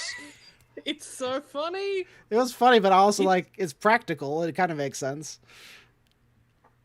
Look, yes, I've still never in my entire life been more confused. Like, it took me a minute to work out what was happening. Like, they started doing it, and I was like, oh, that's applause. Okay, all right. Yeah, it's not landing signals. Yeah, I was like, was this necessary? I don't. Yeah, it's good though. They get cheers. Everyone's happy to see him. I could just see a parody where everyone like pulls out a hammer and they bang it on their helmet like a gong, and that's their way of celebrating. Just start slapping it. Yeah. That would happen in Andor. Yes. I guess I got to keep watching. Okay. So then they end that with I don't remember what the dialogue was so stupid, and Bo's like, well, you may need some more younglings to train. So then they bring out the baby pterodactyls, and she says, here are some more foundlings for you. So they are going to raise these pterodactyls as Mandalorians. And that is where everything got so stupid that I was like, I was really enjoying this, and now what? They're gonna ride these fucking things in the season finale, aren't they? Yeah. Yep. And I don't want to see it. I mean, I kind of want to see it because. Of course you do. I don't want to see it. I don't want to see it. It's so goofy. But riding dinosaurs is cool. I mean, sort of. Yeah, but like, I think I hate Star Wars. Maybe I don't know. Doing this has done something to my brain. The second that they brought them out, I was like, "There's 3 of them. There's one for Din, there's one for Bo, and there's one for Vizsla." Cool. And my brain just went into like shutdown. Yeah. Like it's just like I'll bet you it's going to be the armor, because I don't think the armor has a jetpack. Well, she never does anything. Okay. But yeah, she's just chilling at base camp. She doesn't do it. She doesn't go on missions anymore. She's the quest giver. Also, until Bo said that line, I was legitimately thinking that they brought the dinner? little. Yeah, I thought they were gonna eat them. That's what I thought as well. I kept thinking about like, how did they get them in the ship? Like, or not just get them in the ship. How did they keep them in the ship? How did they fly the ship with everybody in there with these things with these huge jaws? Yep. Yeah. Okay, so What do getting they eat? what they eat. Well, they eat little foundlings. So all of the kids, yeah. So now the part David wanted to talk about, Bo is getting her new shoulder pad made, and she's kind of like covertly talking about the mythosaur during this part, and she's like, well, cool. She's like, well, what if I saw one? And then the armor is like, well, people have visions all the time. No, not a vision. Yeah, the armor is like, metaphorically, one could see anything in the waters of Mandalore. She's like, Kreese is like, no, like, but what if I for real did see one though? And she's like, yes, reality is what we make it. So do y'all like, ever? No, for real, I saw one. No, as have I in live vision. Like, is she not getting it? Do y'all ever get like really annoyed with her because she cannot help but talk like an NPC narrator? No other character. Stentorian? Is that the phrase? Is that how you describe that? Stentorian? Yeah. Yeah. The way the armor talks? Yes. It's very she's like the wizard monk of the story. And so she is not permitted to speak in, like, everything has to be kind of through this like affected register of like pseudo mysticism. Because she's like ultimately like the cult priest, I guess. And Din is like the cult warrior. And there's just it's frustrating, but it's also funny as shit that Bo has a moment where she's like, wait, she really doesn't think that I'm being literal here. Like, I think it's clever that they make it textual. I didn't mind that too much. But yeah, it is. They do it a lot. I just like the dynamic of this, right? So, it's like, hey, do you want the night owl on it? Like, because that's obviously her house symbol. That's the Kreese house symbol. And she looks again at the skull on the wall, and says, "Can I wear one with the night out, one with the mythosaur?" And the armor is like, "Yeah, like, you know, sure, man. Like, it belongs to all of us." And Kreese is like, if you now hypothetically, if one were to, and I'm not saying that I have, but if hypothetically one were to have seen a mythosaur, what would you hypothetically think of that? And the armor is like, noble visions and whatnot. Kreese is like, no, I meant like, what if I saw one? She's like, this is the way. And it's like, Kreese just like staring at the skull, being like, these guys are fucking psychos. I'm surrounded by psychos. I could do so many fun parodies with this. She's like trying to have a heart to heart and be like, I am super depressed. I'm having a terrible day. This is the way. It's like, no, look, I need medication. Please help me. This is the way. I scraped my knee. I just need a band-aid. All wounds heal in time. This is the way. No, I need a band-aid, bro. It's very funny. I really like this little sequence. What do you all think about this maneuver of Bo-Katan getting the mythosaur? What do you think is going on there?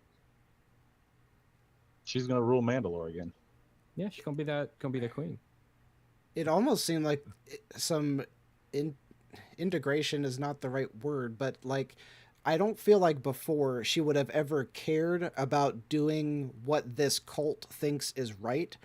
But she actually asks the armorer, is it acceptable to your religion for me to wear this on one shoulder and this on the other shoulder?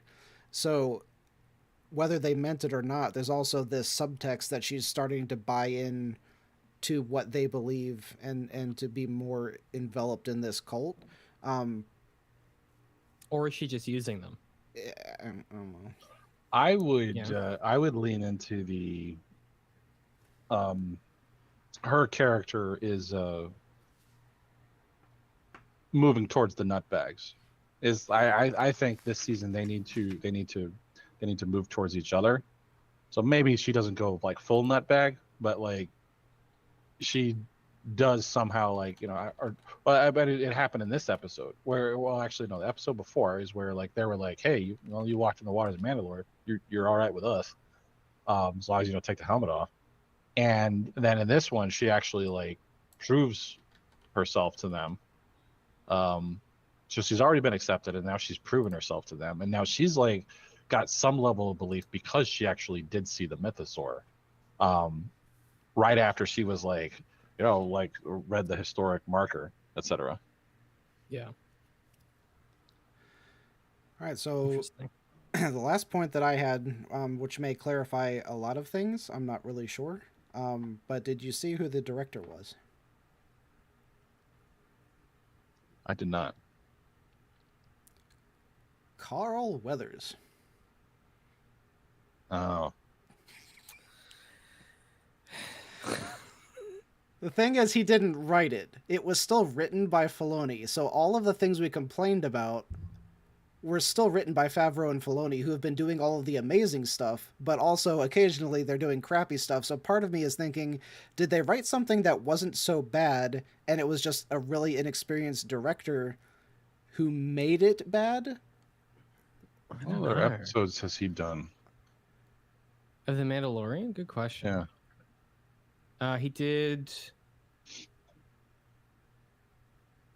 He directed Chapter 12, The Siege. And then, which is the chapter where we take out that last base. It's the 4th episode of the 2nd season. Razor Crest. God, I don't remember this episode at all. Oh, that's probably when they're going after the woman, and Ahsoka is there, and they have to.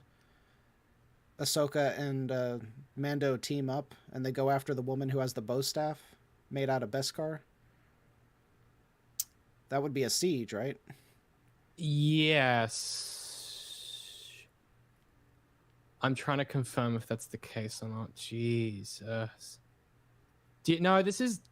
this is the one where Din, Dune, and Karga break into that base, and then they basically, like, fly a huge part of the base out of there because they need it for something else. I don't remember anything about it, so maybe that indicates it was bad. Yeah, it wasn't great. Like it wasn't terrible, but they basically just like rip off a bunch of gear because they need it for something else. It's one of those like side quest things. The Siege. Yeah. But no, like oh, that one. Yeah. Okay. That big canyon pursuit. That's where they find the Snokes. Snokes. Is it? Yeah. Yeah. Right. Okay. I thought that episode was okay. Yeah. Yeah, it's fine. It was just funny to me. It's like I know I said that I like really enjoyed this episode, and I did, like, when I was into it, but then that it popped up directed by, and I was like, oh, that explains it. So like part of me knew that there was some crap going down, and then as soon as I saw it directed by, I was like, it confirmed what I must have felt the whole episode. Hey, if it worked for you, then it worked. Yeah, exactly. Damn. Well, I guess we'll see where they go next. I'm just really hoping they get some juice in this plot. It just needs a shot of adrenaline in the arm, I feel. Like some kind of fucking pressure and impetus and just something, you know? I'm kind of curious as to why they keep circling out directors the way that they're doing, because some episodes are just like so fantastic, and you got to think that it's, especially because it's the same people writing them all, so you got to think that it's the director who's just lending an extra hand, and like, why don't you keep using those people instead of having, is like every fourth episode is crap, you know? Can't do them all. Busy. it's hard enough to write a fucking TV show, let alone direct it as well. Like, I guess that's fair. And the time frames on Star Wars are so fucking tight. Like, can't do it all. Okay, so final thoughts. I remain unchanged in my general opinion. I could have used this 47 minutes for something else. Is my general takeaway. There's some stuff in it I like, but outside of the Mandalorian kind of flavored lore stuff, the little hints of it we get, and the little twist at the end with Bo, I could take this or leave it. Yeah. So there's a lot of I've thought about this generally with Mando. There's a lot of episodes that I don't really feel the need to ever watch again. Like I was my buddy and I were talking about like watching old shows and stuff, and how like a while ago, like I rewatched Breaking Bad, and I watched it the way that I watched it is when I got to a scene or a storyline I didn't care about, I just like kept hitting like I think it was on Netflix at the time. I kept like forward 30 seconds, forward 30 seconds, forward 30 seconds. All right, we're back to something I care about. And I did that for most of the Skylar stuff in the early seasons because I didn't really like those storylines. But she didn't really get interesting to me until later on. But yeah. The quick aside, the really interesting thing about rewatching Breaking Bad is that on my first time that I watched it, I was totally on Team Walter. And I thought, Jesse's such a little bitch. Like, why doesn't he just, like, kill this kid or whatever? And this time, watching it, I was 100% on Team Jesse. And I'm like, Walter is a huge dick. He's a piece of shit. He is, like, one of the most abusive, manipulative, like, he's just the worst. Yeah. But it was really interesting to me to, and again, I appreciate that about a good show, that I'm able to watch it and have like experience it in a new way, etc. But long story short on that is like, I did rewatch like all of the episodes, the whole show, and I skipped like a couple scenes here and there. Like with Mando, like there are maybe 2 or 3 episodes that I would watch again. Out of all 3 seasons? Yeah, out of like all of them. There's not that many that are that interesting to me or well done to me. Interesting. I mean, like I think I would probably rewatch like Andor in its entirety. I may skip around a little bit, like kind of like with Breaking Bad, but like I think I would be more inclined to like watch that again as opposed to Mandalorian. Book of Boba Fett outside of the stuff with the Tuscans at the beginning. Like that was the only part of that show that I thought was really good. Interesting. Yeah, I would watch. I probably know like which episodes of The Mandalorian I've rewatched. It's just all of the Western side quest stuff, like the stuff with who's the guy with good hair? There's a Magnificent Seven episode. That's really good. That's your Western. Love that one. Love the Ahsoka episode. There's a bunch of them I'd rewatch. The big plot stuff is just not that interesting to me. But then the stuff I like about Star Wars isn't the main stuff that Star Wars does. So I'm the same. Like Andor's much more up my alley. It's like the spy thriller that happens to be Star Wars. Like that's exactly my shit, I feel. There was another headline this week that apparently they said it's for real this time, that Rian Johnson's trilogy is definitely not happening. They've talked back and forth for years on that. I just think Disney needs to stop announcing things before they're actually happening. Yep. Yeah. Because they keep doing it. Yeah. Yeah. I don't know. What do you guys want to see like from the rest of this season? Like what's the interesting maneuver? Like I don't see anything interesting for Mando to do. It's all other characters. Like maybe we go back and figure out what was going on with that doctor. I don't see how he ties into what we're trying to do. With the Mandos, it's all Bo-Katan. Well, the problem with him, like we've said before, is that we don't know his want or his need, and so trying to figure out where he needs to go as part of his character arc, we don't know what he wants. So we can't say if he should go back to Navarro and become the sheriff, because we don't know if he actually wants to do that or not. I mean, that's what I think we would all probably choose at this point. Like, let's go be rich and have a gun and get to shoot people and be the lawman. That sounds kind of fun. Of course, we're Americans, so maybe that just sounds fun to us. I don't know. Well, I don't think he wants that at all. Like, I think what he wants is for I was going to say, I think what he wants is first he wanted to get back with the nutbags, which he did, and then he wants Grogu to be part of the nutbags, which he's working on. But I mean, there's no conflict there, so I don't know what you can do with that. Yeah, there's nothing in tension, like which is odd to me, because the obvious solution here is have somebody say, hey, we're not for this Grogu kid, not for us. Maybe Bo-Katan trying to protect Grogu from this fucking bunch of nutbags being like, hey, maybe not. Like, there's so many points of tension that they just don't. I think there's only one point of tension, and that's the Darksaber, which was not touched on at all this episode. Yeah. Yeah, it's just... Why not use that to cut up the bird, now that we're talking about it? Because he doesn't know how to wield it. He's shit at it, yeah. He doesn't want to embarrass himself in front of the boys. Like, they're going to say, look at Din, this fucking tool, can't even use the Darksaber. Bo-Katan, I could use it real good if you gave it to me. Interestingly, so that's why Vizsla has a claim to it, is because pre-Vizsla had it before Maul killed him and took it from him. That's why Vizsla goes after Din in the Boba Fett episode, because he thinks it's his family's right to wield the saber. Star Wars facts.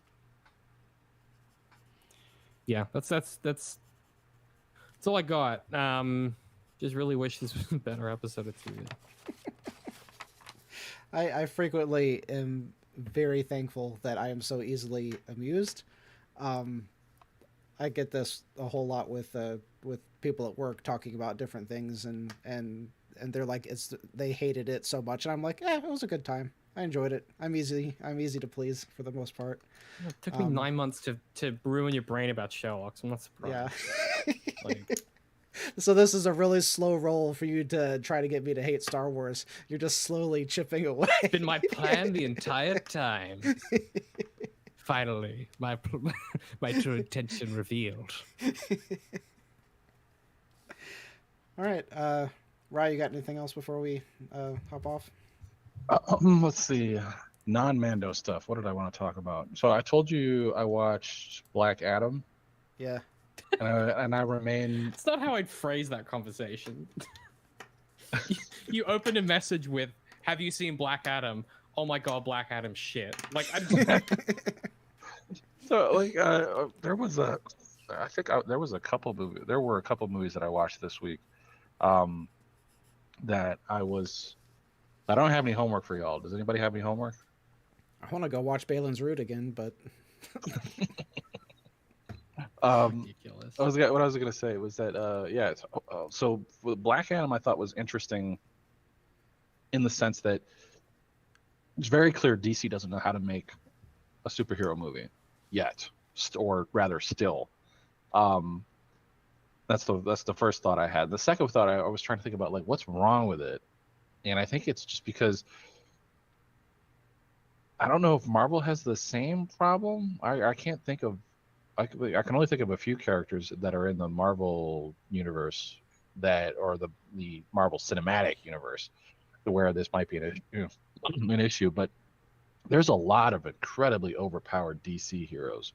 Like he comes out and just wipes the floor with everybody, first of all, and then so there's this fight where he just destroys everybody, and then I'm like, okay, so we've clearly established how powerful this dude is, and then he goes outside and does it again, only more epic, and I'm just like, all right, we didn't need to see that. So because you've already established how wizard this dude is. You know, didn't need to do that. And there's none of that good news, bad news stuff.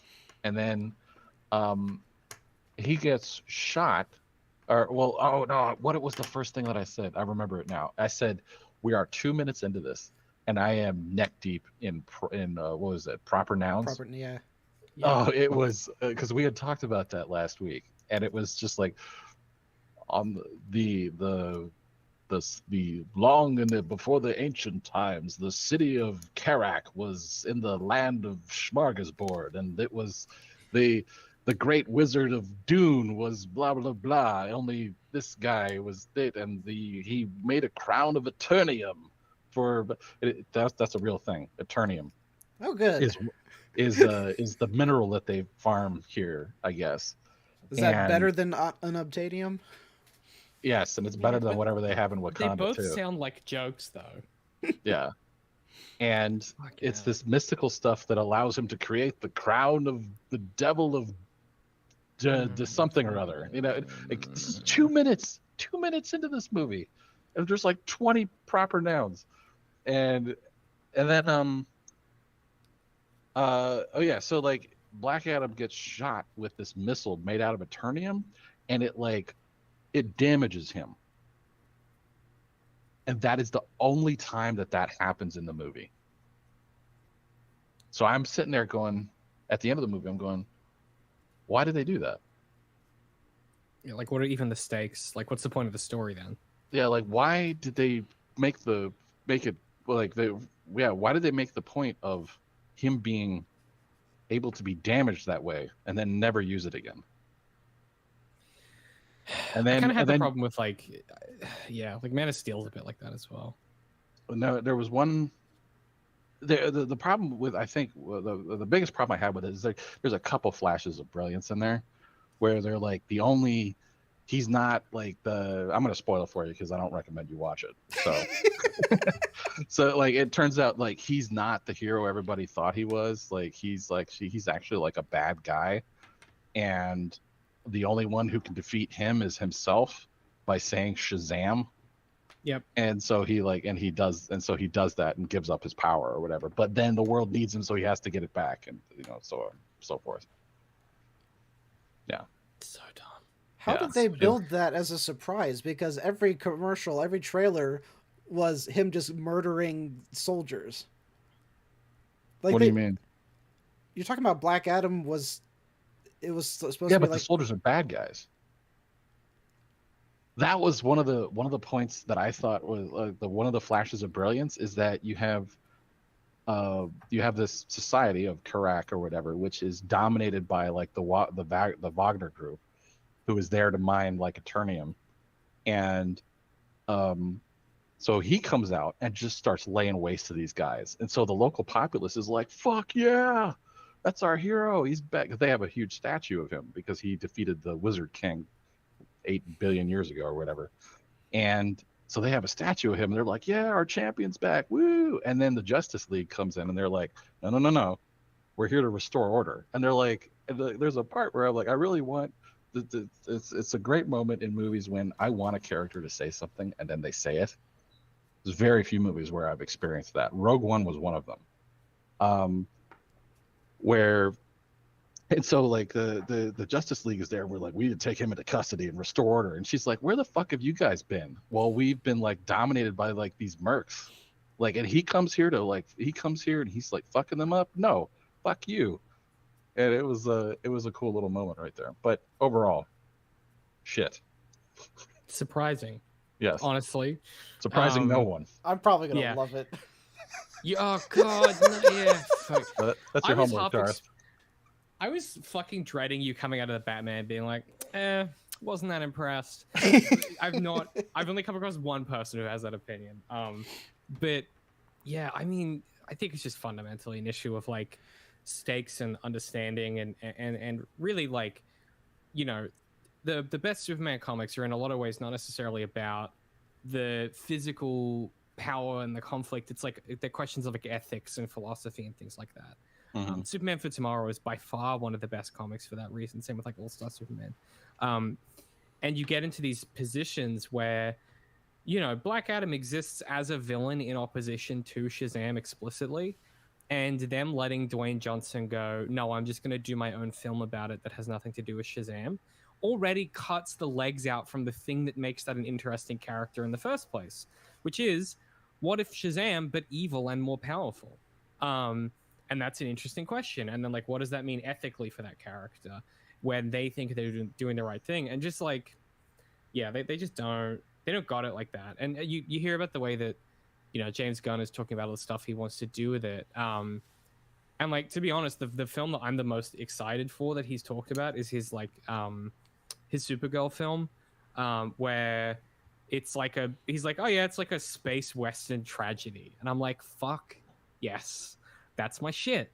Give me more of that. Like, take these characters and do genre films with them. That's what they're there for. Like, that's why the Batman is so good, is it's a noir thriller story that is using the Batman framework. Like, take these characters and do genre stories with them.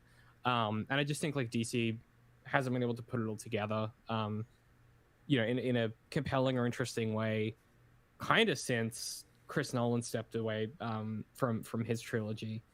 They just really haven't. Yeah, they haven't really. It feels like they haven't really had anything to say with any of their films, and I think it's unfortunate that they got stuck with Snyder so early on, who just could care less about narrative, and he's so obsessed with aesthetic that I think they were kind of doomed to fail in some ways. Remember the other movie I wanted to talk about, the Robin Hood with what's his name, Edgerton. Oh my God, yes, that film. And Jamie Foxx. Jamie Foxx. I was gonna say Electro, but that's not. All right, because I think 1 or 2 episodes ago you brought up, is it Guy Ritchie with the guy from Sons of Anarchy? Yep. That the Guy Ritchie King Arthur. That's King Arthur. King Arthur. Yeah. And did you like that? Yeah, I had I love everything Guy Ritchie touches. I thought it was an absolute romp. Same. So I thought there were a couple, like, there might have been like a couple pacing problems, and like it could have been better, but overall, like, I had a really good time because I'm like, oh, this is a Guy Ritchie film, I'm here for it. And it especially like Lock, Stock, and Two Smoking Barrels is one of my favorite movies ever. I've watched that 1,000 times, and because they're speaking like terrible British or English, I hear something new that I haven't heard every time I watch it. I'm like, oh, that's what they were saying. That's kind of why I prefer Rock and Roller, because at least you can understand them. But anyway, like this one, I started watching. How far did I actually get in this? I got. Hang on, I loaded up. I can tell you how far I got. 10 minutes into this movie before I was like, nope.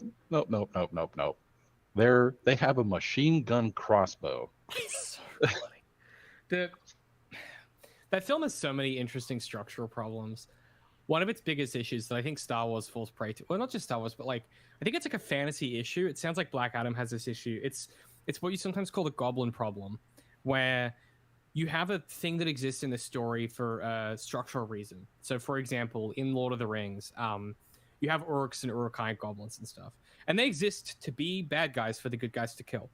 And sometimes stories do this thing where they inadvertently will provide too much goblin lore, where they just like heap on a bunch of lore about something you just don't care about and like have no reason to care about. It's a bit like how if in the original Star Wars trilogy they told you a bunch about like, oh yeah, the stormtroopers are actually recruited from these planets and these homeworlds, and wouldn't you know it, it's a political structural thing, and here's all the, you just kind of go like, I don't care about goblin lore. It's part of the problem. Stormtroopers didn't have any other opportunities in life, and they just exactly. That guy bumped his head in the thing. He was married with 2 kids. Hopes to see him when he gets shore leave. And there's this thing of like the second that you do too much goblin lore, it makes your world feel really small because everything becomes explainable. And that Robin Hood film, anytime there's a concept brought up, someone is like, and let me tell you how the kingdom works and how the political system functions, and then let me tell you this, and then it's just like, like it's so much. It's paced so terribly. Well, that part specifically is not only, so it's the Crusades, right? Because he gets sent on the Crusades. Yeah. And they're going through some town in, I guess, the Holy Land or whatever, and they're going through like the streets with like bows drawn like guns, and like this whole squad of like bowmen like going through like narrow alleys and corridors and stuff, like going around like poking around corners like with their bows and arrows like SWAT team or whatever, and then getting shot at with like it sounds like they're being, when the impact, it sounds like gunshots, and being shot at by a dude with like a machine gun crossbow thing, and it was just so ridiculous that like I again, 10 minutes into this movie, I couldn't get past that. I was like, I'm like, how long is this movie? It's too long. I don't care. I'm not using the rest of my evening on this. It's so good. It gets even more ridiculous. Like there's a chase sequence where they're being chased through town, and it's explicitly stylized to be like an Iraq sequence through the Middle East, and they're running away from a bunch of people shooting arrows at them, and they like, there's a point where like someone's like, oh, we need a distraction, and someone fully pulls out like what's just basically a grenade, and is like, I'll hold them off, and does the like grenade sacrifice. It's fucking bizarre. It's a very strange film. All right, so homework for this week: Black Adam. Black Adam. God, I don't want to have to buy it. No, it's on. Where did I watch it? I didn't buy it. David's gonna be asking for a refund. Well, I'm gonna have to, because you can't fucking get anything in Australia, so I'm gonna have to buy it. Don't you have VPN? It doesn't. Speaking of which, let's talk about our sponsor, which is no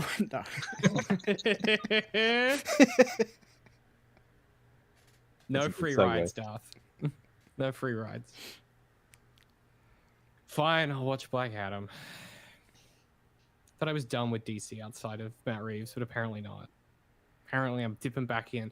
I just don't know that The Rock is good in any film he's ever been in. I think he's a much better wrestler than he's an actor. Like, he's a great performer. I just don't know if he...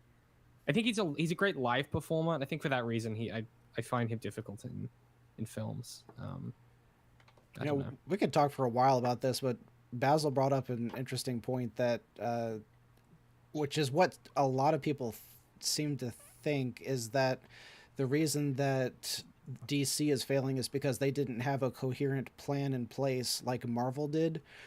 But after I don't know what film it was, one of my videos that I was doing research on how Marvel has been so successful, and I was really shocked to find out that they don't have as much of a coherent plan as people think they do. and they just really carefully build one movie after the movie that came before it. So it's not like they have this whole outline that's 20 pages long that's what's going to happen the next 10 years in their movies. It's that they just sit down and they're like, what happened last movie? That defines what will happen this movie, and they're very careful about that process, but they don't have this master outline that everyone seems to think that they have. So that's not why DC is failing. They're not failing because they didn't think things out well enough ahead of time. They just probably just put the wrong writers in charge, the wrong directors in charge, and it's that simple. No, but what he said there about trying to be the Dark Knight was, do you remember when we were talking about the Batman, was it previous homework, how refreshing it was to have a not Heath Ledger villain. Mm-hmm. And that, I want to say it felt Dark Knight-ish without trying to be Dark Knight-ish. Does that make sense? I tried to articulate this to someone, and I think I finally found the way to say it, which is, yes, you're right. What it felt tonally similar, but aesthetically different. Yes. So like the tone of the story was similar, but what they were actually doing beat to beat was very, very different. It just happened to have the same thriller structure because it's a thriller story. But yeah, I think whereas like the Basil's point about Man of Steel seems right to me, which is like felt like someone said to Snyder, "Hey, can you do your version of the Dark Knight?" Then because it's Snyder, it's just all montages. Yeah, I don't know. It's not good. It's just all right. Yeah, it's bad films. All right, so we're watching Black Adam, and then everyone's gonna need a drink before next week. Yeah. I mean, you don't have to watch Black Adam. Well, I unironically I want to, because I enjoy any superhero film, no matter how crappy it is.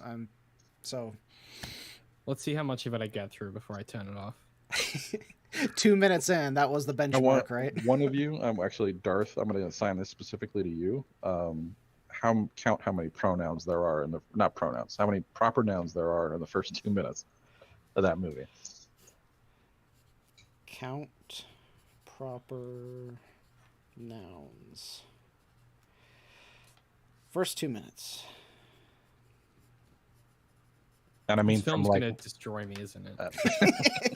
I mean, when I say 2 minutes, I mean like from when they start like talking. I'm so worried. She sounds like everything I hate in stories. Darth is gonna love it, isn't he? Well, no. So David, your homework is like I said, there were a couple parts that I liked. That's your homework to try to figure out what it was. Are you trying to sunk cost fallacy me into watching the whole film by being like, yeah, but find the good bits? Fuck. This feels manipulative, but I'll do it. And yes, Eisenberg's Lex was basically Heath Ledger's Joker, exactly, and I hated that. Yeah, hated that. It's not anyone's fault. It was just a thing of the time. It was like we can't do it. We do it talking for too long, but it's all to do with the effective register and the jokeification of villains. It was a whole cultural trend that died. It didn't die. It was murdered by who's the creep? What's his name? Jared Leto. It was murdered by Jared Leto. Right where it stood mid-flight. Thank God. So someone had to do it. Someone had to take the fall. All right. And on that note. Yep. On that note. It's either dinner or bedtime. I haven't decided which. I think for me it's lunch. It's lunch, beer time, and find a copy of Black Adam time. Yeah. There you go. So hey, if you're I can get it on like a DVD, like in a grocery store or something. Like I bet it's in a bargain bin already. Go to the used. Yeah. I might return next week with a physical artifact. Old school, baby. What's a DVD? Can I get it on VHS, maybe? Oh my God. What would you play it on? Well, that's a good point. I must have a VCR player somewhere. I was about to say, nobody has a VCR anywhere. I've got one in my closet just because I'm a relic of an ancient age. I had a DVD player that I lugged around for like 10 years, but I was like, I only keep this thing in the closet. And then I opened it up, and I was like, oh, there's the Netflix disc that I was looking for that I never sent back. Oh my god, I was trying to explain to this young dude at work that Netflix used to be like a mail service where they'd send you the, and he was like, he couldn't understand. And then I was also trying to explain like Blockbuster and stuff. Fuck, it's like a different language. It was so funny. Yeah, it made me feel a billion. Yeah, still blows my mind to think back that, like, my brother and I used to go in on whatever Friday nights and sit there and rent video games physically to take home and play for like 2 days. Well, the thing about one of the biggest changes for me as a like in that regard was when the console could, like, when you had like a memory card in the console, and so you could rent the same game and continue playing. Because I remember what would happen is you'd rent the cartridge or whatever, and you'd be playing this gamble that by the time you came back next weekend to rent it again, that someone else hadn't rented it out and then deleted your save file. And I got this close to beating Donkey Kong Country 2, and some cunt rented it out before me and deleted my fucking... I've never been so mad in my entire life. I was fuming. I was livid. Still mad now, apparently. Kids these days, they'll never know the struggle. They won't get it. They don't get it. All cloud saves and what? Yeah, righto. Yeah, okay. One of my favorite stories was some 12-year-old girl found a floppy disk in her dad's desk drawer, and she's like, "Hey, you 3D printed the save icon." Oh. Like, she legit didn't know. That hurts. Right? It hurts me in my soul. Yeah. I still have data saved on floppy disks. I can't access it anymore. But have you seen that video where like the parents they have like they lift up this box, they have like their two like teenage sons or whatever, they lift up a box and they're like, all right, your challenge is to call this number, and they like hand them a piece of paper, and like they lift up the box and it's like a rotary phone. And so they like they pick up the handle and like they put it down to like reset it, and then they start dialing again and trying to figure it out. To be fair, rotary phones made no fucking sense, so I don't blame them. Like, it's so unintuitive. That would be fun to watch. I'm sure you can find it.